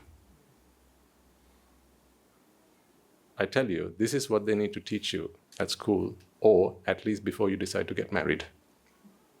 But they don't. You know, young men and women, they should be brought to the temple first. This is what our ancestors used to do. They used to closely associate the Mahasangha. You've heard of the Gamai Pansalai Vavai Dagabai, right? Our culture was based on this. That's why I always say, Sri Lanka gets the Sri part because of the Sri Sambuddha Sasana. Take out the Sri Sambuddha Sasana, you no longer have Sri Lanka, you just have Lanka. They even have a hospital after that name. But Sri Lanka, enriched by the Sri Sambuddha Sasana, without that we are not Sri, we're just Lanka, just ordinary Lanka. To be extraordinary, you have to be with something extraordinary. You have to associate with something extraordinary. You have to be in the presence of something extraordinary. You have to be in the presence of the truth, the Dhamma. That is what is extraordinary, because the Dhamma is what creates Buddhas into this world. It gifts us Buddhas. The Dhamma does. You know, if the Buddha is the child, the Dhamma is the womb. The Dhamma is the womb. The mother that gives rise to a Buddha. That's why the Buddha claims, the Dhamma is my teacher.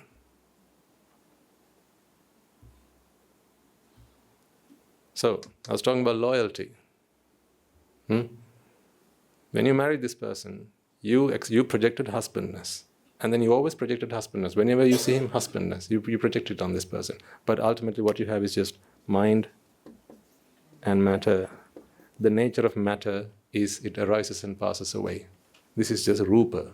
Even mind arises. Yeah, absolutely. But also it has raga, dvesha and moha.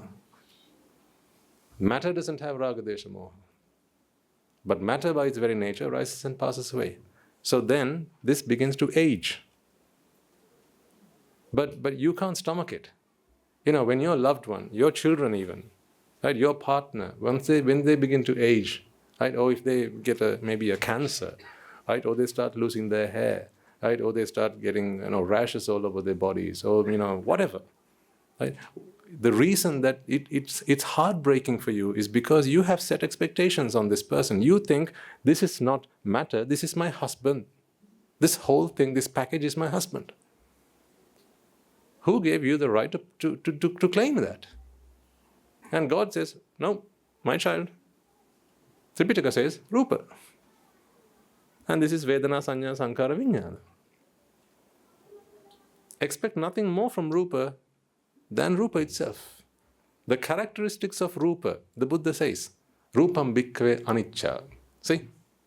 Expect aniccaness from Rupa and you'll be fine. Yadaniccantam dukkham yan dukkham tadanatta. Rupa by its very nature has the characteristic of anicca, meaning they are manifestations. They're not fixed entities. And they cannot be separated. Let me explain to you what I mean by this word separation. You look at this. What is this now? Man, and therefore your husband. Yeah? Have you not separated this matter, this composition of matter as my husband's matter? Isn't that why when the person's dead, the ashes even mean a lot to you? Because even when they have been transformed to ashes, who is that still? My husband, my husband's ashes, my wife's ashes, my mother's ashes, my father's ashes. They're ashes. It's just ash. That's just carbon. But in your mind, you separate it. Once you throw it into the wind, right, or put it in the Ganges, what does Mother Nature do? Does she say, oh well, no, that is that woman's husband.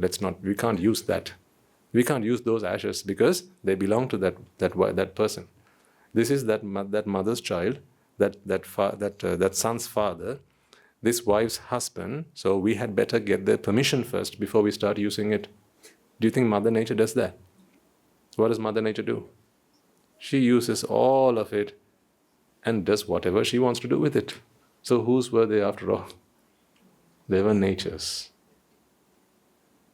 But what happens? When you project these things out into manifestations, you separate them. This is what I mean by separation. You give it a sense of ownership. You get them to belong to things. Let me ask you this question. This thumb that I carry on my right hand, who do you think it belongs to? Right now you're thinking, it's Swami Nuhanse's.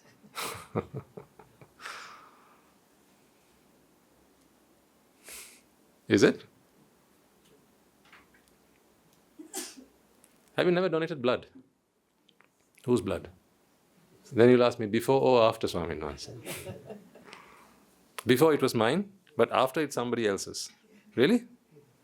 Once you put the blood, once you've done the transfusion and the blood is now in somebody else's body, does it not perform exactly the same way that it did while it was in your body?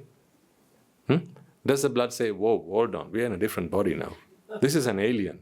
Out, let's get back, let's way back. Wrong place, wrong turn. We've taken the wrong turn somewhere. Does the blood do that? No. Because wherever the blood is, the blood does what blood is supposed to do. Because blood is nature's creation. It was created to carry oxygen around the body. Then that's what it does. That's what nature created blood for, not to be yours. How dare you call it your blood? Call it your blood and you're only asking for trouble. I'll prove this point to you. You think the hair on your head is yours, right? Just imagine if someone were to take some hair out of your head, Right? Or if you maybe say you cut some hair off your head and you gave it to somebody. This is my hair. Carefully. Please hold it carefully. You know what they do? They put it on the ground and they start stomping and stamping on it. They jump all over it, and then they step on it, and then they burn it. Don't you feel that a part of you is being burnt right now? Don't you say that this is insulting? How could they do something like that? That's my hair. See, you have now separated hair as your hair. Hair just does what hair does. It protects you from the heat. It's one of the body's natural defense systems. That's what hair does. Hair does what hair does. But once you separate it, now it becomes your hair. Now you have expectations on it. That's why when it goes gray, it hurts you. But it doesn't hurt the hair. Because that's what hair does. That's what hair is supposed to do. It's supposed to go gray. That's what hair is supposed to do. It's supposed to fall. That is nature and how nature dictates.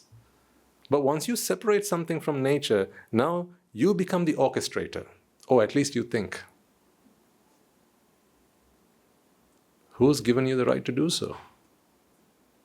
No one's given you the right to do that. Only you have given yourself the right, and for that you are punished. Aren't you? So who punishes you?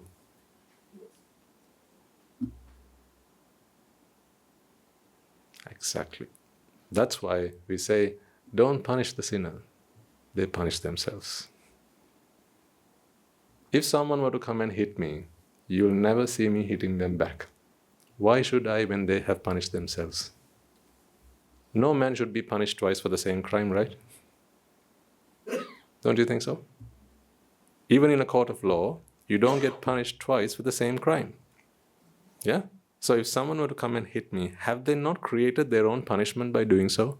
So then why should I take over that responsibility of punishing them when they've already done it for themselves? So you'll never see me hit him back. Because if I hit them, now what have I done?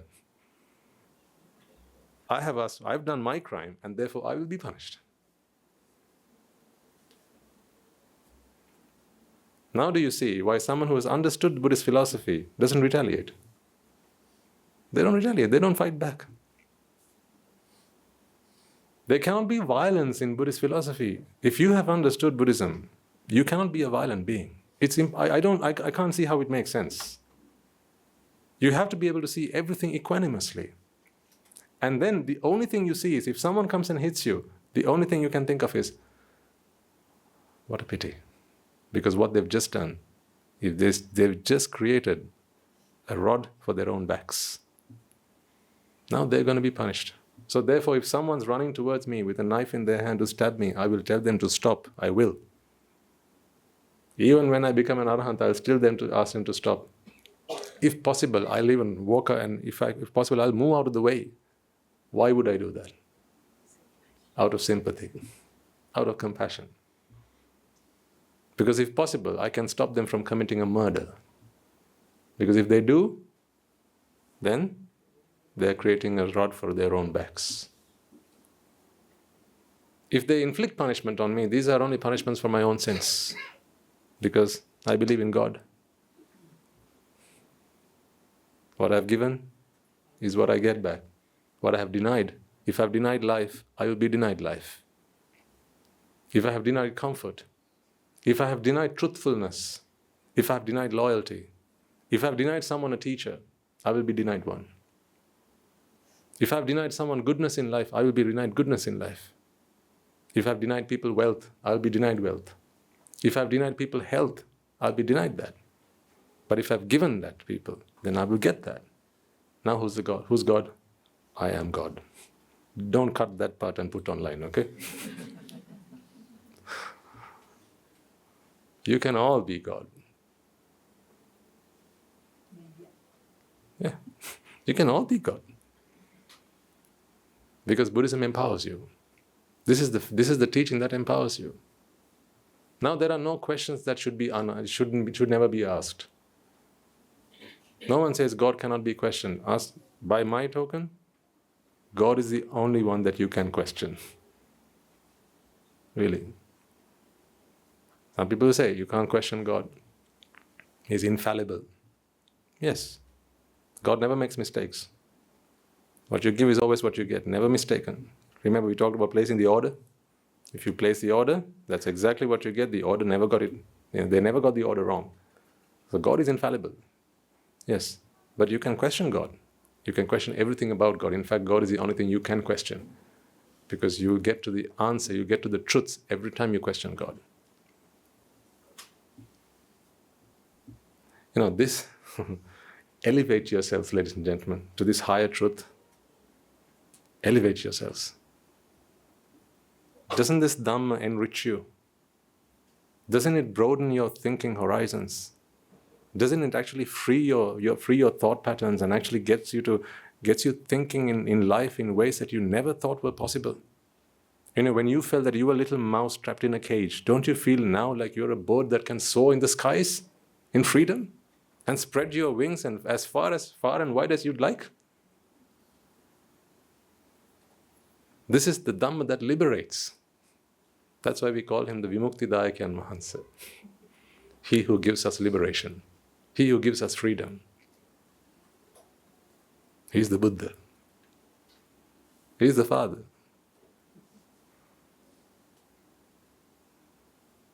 I want you to be freedom fighters. Next week is Independence Day. Fight for your freedom. Carry the sword of wisdom and carry the shield of compassion. Sword of wisdom in one hand, shield of compassion in the other. Go forward. Go forth. Slain the dragons. Slain the enemies of desire, aversion and delusion with only two things: the sword of wisdom and the shield of compassion. Whenever you see people acting out with raga, dvesha and moha, hold the shield of compassion. Remember, it is not them who's bad. It's not they who are bad. It's just raga, dvesha and moha. So don't fight back. Don't attack them, but attack raga, dvesha, moha. That's why you need the sword of wisdom. Share with them a word of wisdom. The first word might be, I'm sorry. You have no idea, if said with wisdom, how much merits just a single word, I am sorry, can earn you. Because it can bring down great enemies to their knees. When they think it's you who have wronged them, what matters? Who's wronged whom? If they think it's you who's wronged them, just say sorry. It'll cool them down. Now they're prepared to hear what you have to say. Now you can use your sword of wisdom. Now you can explain to them. Rupa Vedana Sanya Sankhara Vijnana. Anicca Dukkha Anatta. Now you can start talking to them about compassion, about loving kindness, about giving and getting. Now you can help them make sense of life. And they'll be grateful for it. Remember what happened to Angulimala? What weapons, what did the Buddha have with him? In his armory, he only has two things, the sword of wisdom and the shield of compassion. When Angulimala came running to him with a dagger in his hand, I'm here to cut your thumb. And the Buddha held his shield of compassion. He said, Angulimala, I know you are not the sin. You have only become a victim of raga, dvesha and moha. So therefore the Buddha didn't fight back. The Buddha said, I have stopped Angulimala. Why are you still running? Angulimala got onto his knees. And now the shield no longer necessary. Out comes the sword. It's the sharpest sword there is. It cuts through ignorance with one swoosh. One word of the Buddha is enough. The Buddha preaches the Dhamma, and Angulimala is a changed man. He sets down his weapons, and he rises like the phoenix from the dead. He rises up. He says, Buddha, I have understood the truth. I have realized the truth. Like something that was turned upside down has now been turned the right side up. What I thought about the world has now changed forever. From this day forth, I shall never hurt another soul because I see no need for it. I am free. The Buddha gives Angulimala liberation and he becomes a servant of the Buddha. What is the Buddha? The Buddha is the truth. It is the truth. It is Nibbana. He becomes a servant of Nibbana. So being a servant of Nibbana, he walks, he roams from town to town, village to village, country to country. He roams the world. With every step he takes, he spreads loving kindness and compassion. This man who used to be a monster, who was known to be a monster, people didn't see the change that had happened within him. So they fought back. When they saw Angulimala, they would attack him with rocks and stones and so on. Oftentimes, Angulimala would return from his alms rounds, wounded. But now this is a different man. This is a pure chitta. People don't know this. So therefore, they're committing terrible sins. Because now they're attacking not Angulimala, but Angulimala, the great Thero, the great Arahants. Ignorance is very unkind. Isn't it? Ignorance is very unkind. Yes, absolutely. Because if this person was wise, if the people who were attacked when Angulimala was a murderer, the ignorance that remained with them also remained with them once Angulimala became an arahant. So now these people, the people whose families were killed and murdered when Angulimala was a murderer, they still thought that this is the same Angulimala, in the same way that you think this is your husband. Because it is Angulimala who listened to the Dhamma, not those people. So they think this is still Angulimala, the one who killed my husband, the one who killed my wife, the one who killed my father and my children and took their thumbs. This is the same man, so I should fight back. So they went looking for an eye. And in doing so, they inflicted punishment on he who should not be punished. In fact, he who should not be touched. It's like meddling with fire, meddling with an arahatan. He who should not be even touched, people went and threw rocks at. They attacked him. But what can Angulimala Thero do? He had to go on arms round, but he never fought back, because now he was a changed man. So much so that on one occasion when he was asked to help deliver, or at least give his blessings for the delivery of a child, Angulimala was doubtful. So he went back to the Buddha and asked the Buddha, "Venerable Sir, I have been requested to do this, but how can I pass my blessings? You're asking me to chant this stanza. How can I do so? Because in it says, I have never hurt another being." And what did the Buddha say? "Yes, in your previous life, Angulimala, but no longer. That day when you knelt in front of me, when you knelt down in front of me, you dropped your dagger and you picked up the shield of compassion and the sword of wisdom. On that day, you became one of my sentinels. From that day, you go around spreading compassion and loving kindness. Remind yourself of that transformation that happened in your life, and go and bless that mother. And everything will be fine." And from that day on, we have the Angulimala Pirita. It works wonders. Many women who go into labor, they make use of that, but that's not just what it is for. Everyone can make use of the Angulimala Pirita. It is just a testimony. It's an attestation of how much good a mind can do when it has been healed by the Dhamma. So when you look at your husband, you see your husband there, but you don't see mind and matter there. Therefore, you set expectations on your husband, when in fact all there is matter and a mind. But a mind, of course, because you didn't marry an Arahatan Vahanse, a mind that is laden with raga, dvesha and moha.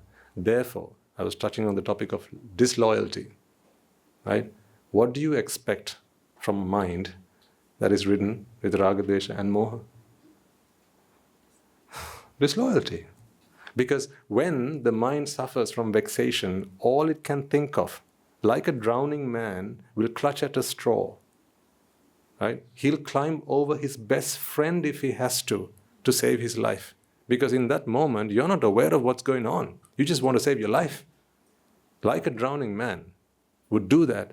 A mind that is vexing will go to any length, by hook or by crook, it will try to get out of that vexation. And so therefore, when presented with an object of sensual desire, sensual lust that arises in this mind, what do you expect?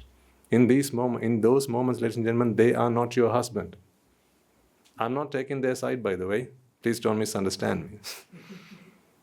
And I'm completely against it because I have sympathy for this person. Because in doing what they're doing right now, you know how much punishments they're going to be bringing on themselves?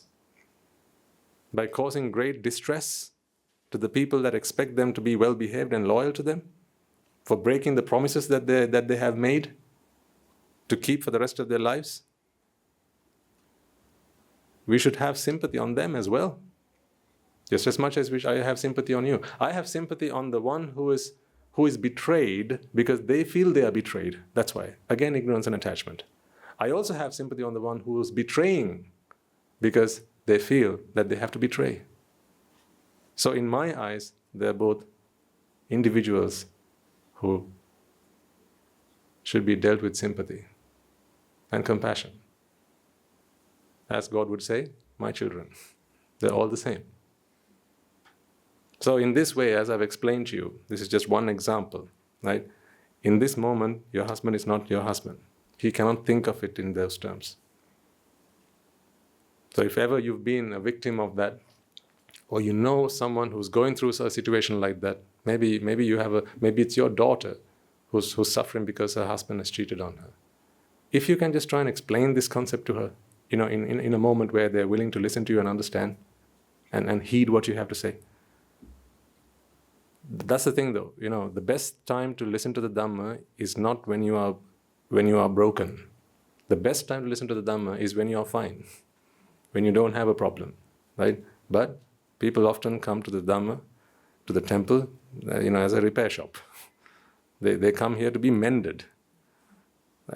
It's fine, we can mend broken minds, but it's much better to come when you're doing fine, when you're fit, when you're mentally sane, and then it's easier to give you the Dhamma because you have the prasada citta. You are joyful. But when you are so tensed and distressed and in a lot of agony and in mental pain, it's a bit difficult to give you the Dhamma, because for the Dhamma to stick, you need to have a mind that is joyful. That's why the Buddha doesn't even preach Dhamma to someone who's hungry. He says, go and feed this person first and then bring them back. So this is just one example, right? You'll have many other examples you can relate to. In this moment, I just want you to remember this. In this moment, your husband has forgotten the fact that he's your husband, because it's in the chitta that it lives. He is not a husband after all. You are not his wife after all. You are just mind and matter, and so is he. But for him to think that you're his wife, he has to build it up in every chitta. Every chitta has to work on this. Initially, it has to think that I am a self. It thinks about itself. Then it thinks I am male. Then it thinks I am married. Therefore, I have a wife. All of these things, level by level, it has to build on every chitta, like building up constructing a building. It has to happen in every chitta. But in this moment, where it's deeply vexed because an object of sensual lust has been placed in front of it, it cannot compute this now. Irrational choices now. If you think that is irrational, what about thinking that he's your husband? Is that rational? It's irrational as well. Because all there is mind and matter, the panchaskandha, the five aggregates. When we are ignorant of that, we project all these things in our minds onto a manifestation of mind and matter, and then we set expectations, and then you're just a ticking time bomb. So, if you've learned anything from today, just one thing. There's lots more I'm more than happy and willing to share with you. But if at least some of this has made sense to you, have faith that Buddhism can heal you. Have trust in the Buddha's teaching. The Buddha can heal you, ladies and gentlemen. The Buddha can. Because his Dhamma is so profound. It's so potent. It's so powerful. As I said, it can cut through ignorance and go straight to the root. Straight to the root. Doesn't meddle around with the bushes and the shrubs and so on. It goes straight to the root. This is the Dhamma that I have come here for. So I always tell you, don't come here to see me. Come here to see what I have seen. Because that is what liberates. So may the force be with you. The force of the Dhamma. May it heal you. May it heal each and every heart. You are so blessed. You are so meritorious to be here today, be in the presence of the Noble Triple Gem. And to help these words reach and heal. This is the ointment. This is the medicine that heals your heart, heals your soul. Experience it. It is free, by the way. If I were to charge you for one of these talks, how much would you think I should charge? How much is a yacht? A yacht that promises happiness, how much is one? How much is a first class ticket to Singapore? How much? A first class ticket? Huh? Who knows, eh? Nowadays you don't know this stuff. How much is a first class ticket to Los Angeles? The land that promises happiness. How much is a first class ticket to London? You got to travel in style. If you're going to happiness, you got to go there in style, right? Not like when you come here. Look at yourselves. No color, no taste. Some of you don't even have hair on your heads now. Look at the Anagarikas, huh?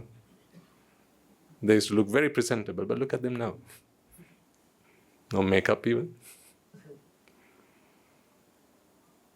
So, if that is how much a first-class ticket to a promised land costs, how much would one of these sermons cost? Invaluable. Thank you. That's why they're priceless. You are paying for it with merits. It's not rupees and cents you're paying for it for. You're paying for it with merits, which is why Guru Swami Namaste always says, never stop on merits. Do as many merits as you can, and whenever you do it in the name of the Sambuddha Sasana. Don't make them personal offerings. Do them in the name of the Buddha Sasana. The Buddha Sasana is freedom. That is what Buddha Sasana is. Sabba papa sakaranam, kusala supasampada, sachitta pariyodapanam. That is the Buddha Sasana. Do it for that cause. It is untainted. It's unblemished. There's no person here. It's just a cause. Do it for that cause. Yep. Okay? Let's conclude for today and transfer the merits. Okay, so let us all take a moment then to transfer the merits that we have all acquired by making offerings to the infinite virtues of the Noble Triple Gem, inviting the Swami Namaste to deliver the sermon, listening to the sermon, and creating a conducive environment for all to listen to the Dhamma, practice the Dhamma, and attain the Supreme Bliss of Nibbana.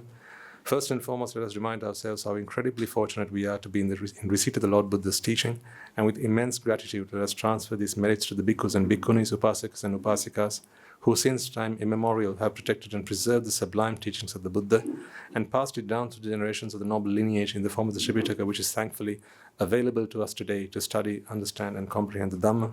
Let us transfer the merits that we have all acquired to all members of the Mahasangha, present throughout the world, including the chief prelates of all of the chapters who have dedicated their lives to the noble path and have committed themselves towards the betterment of all sentient beings.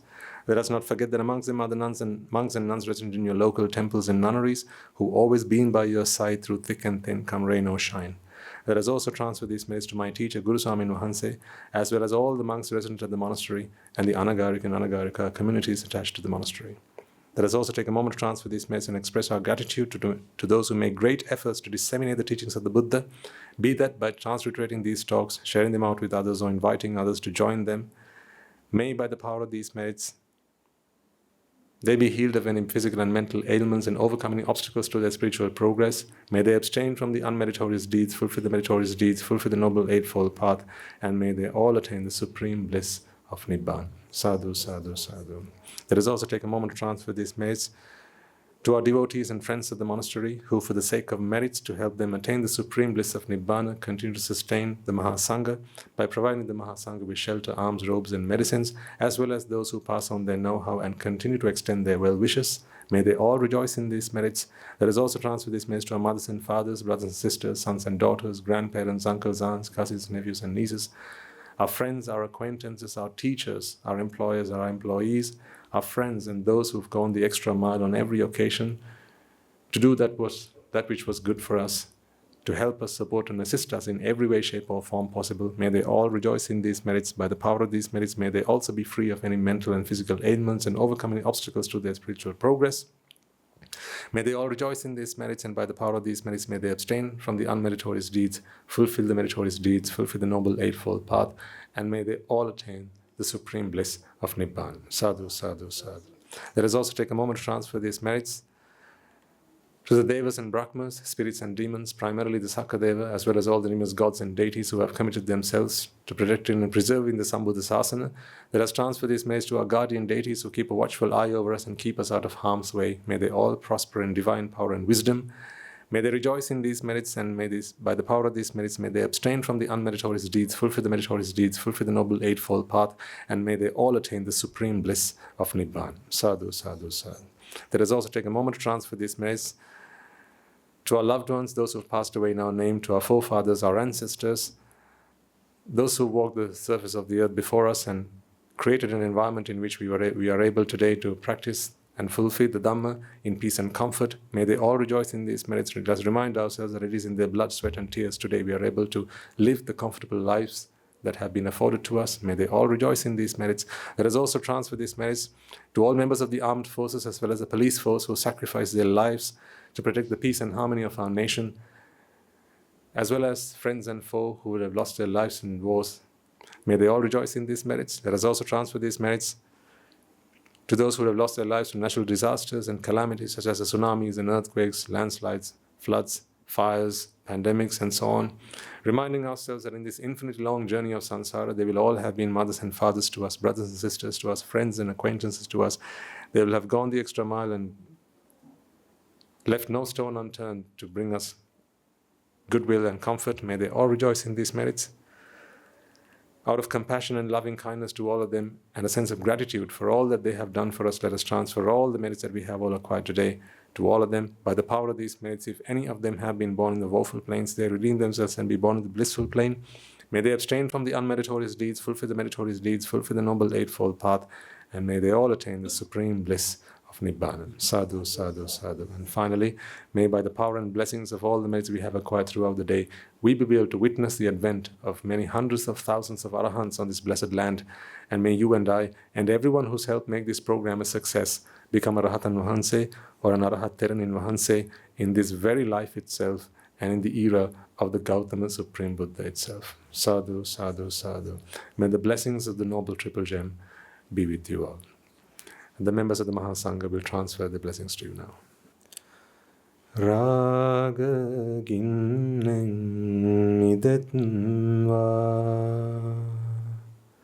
dvesha ginnen midetva, moha ginnen midetva, Nibbana Parama Sukhayan Sukhita Taravetva. Nibbana Parama Sukhayan Sukhita Taravetva. Mamada Siyalu Loka Siyalu Satvayo Nibbana Parama Sukhayan Sukhita Taravetva. Nibbana Parama Sukhayan සුඛිතතර වෙත්වා නිබ්බාන පරම සුඛයෙන් සුඛිතතර වෙත්වා රාගගිනි නිවේවා ද්වේෂගිනි නිවේවා මෝහගිනි නිවේවා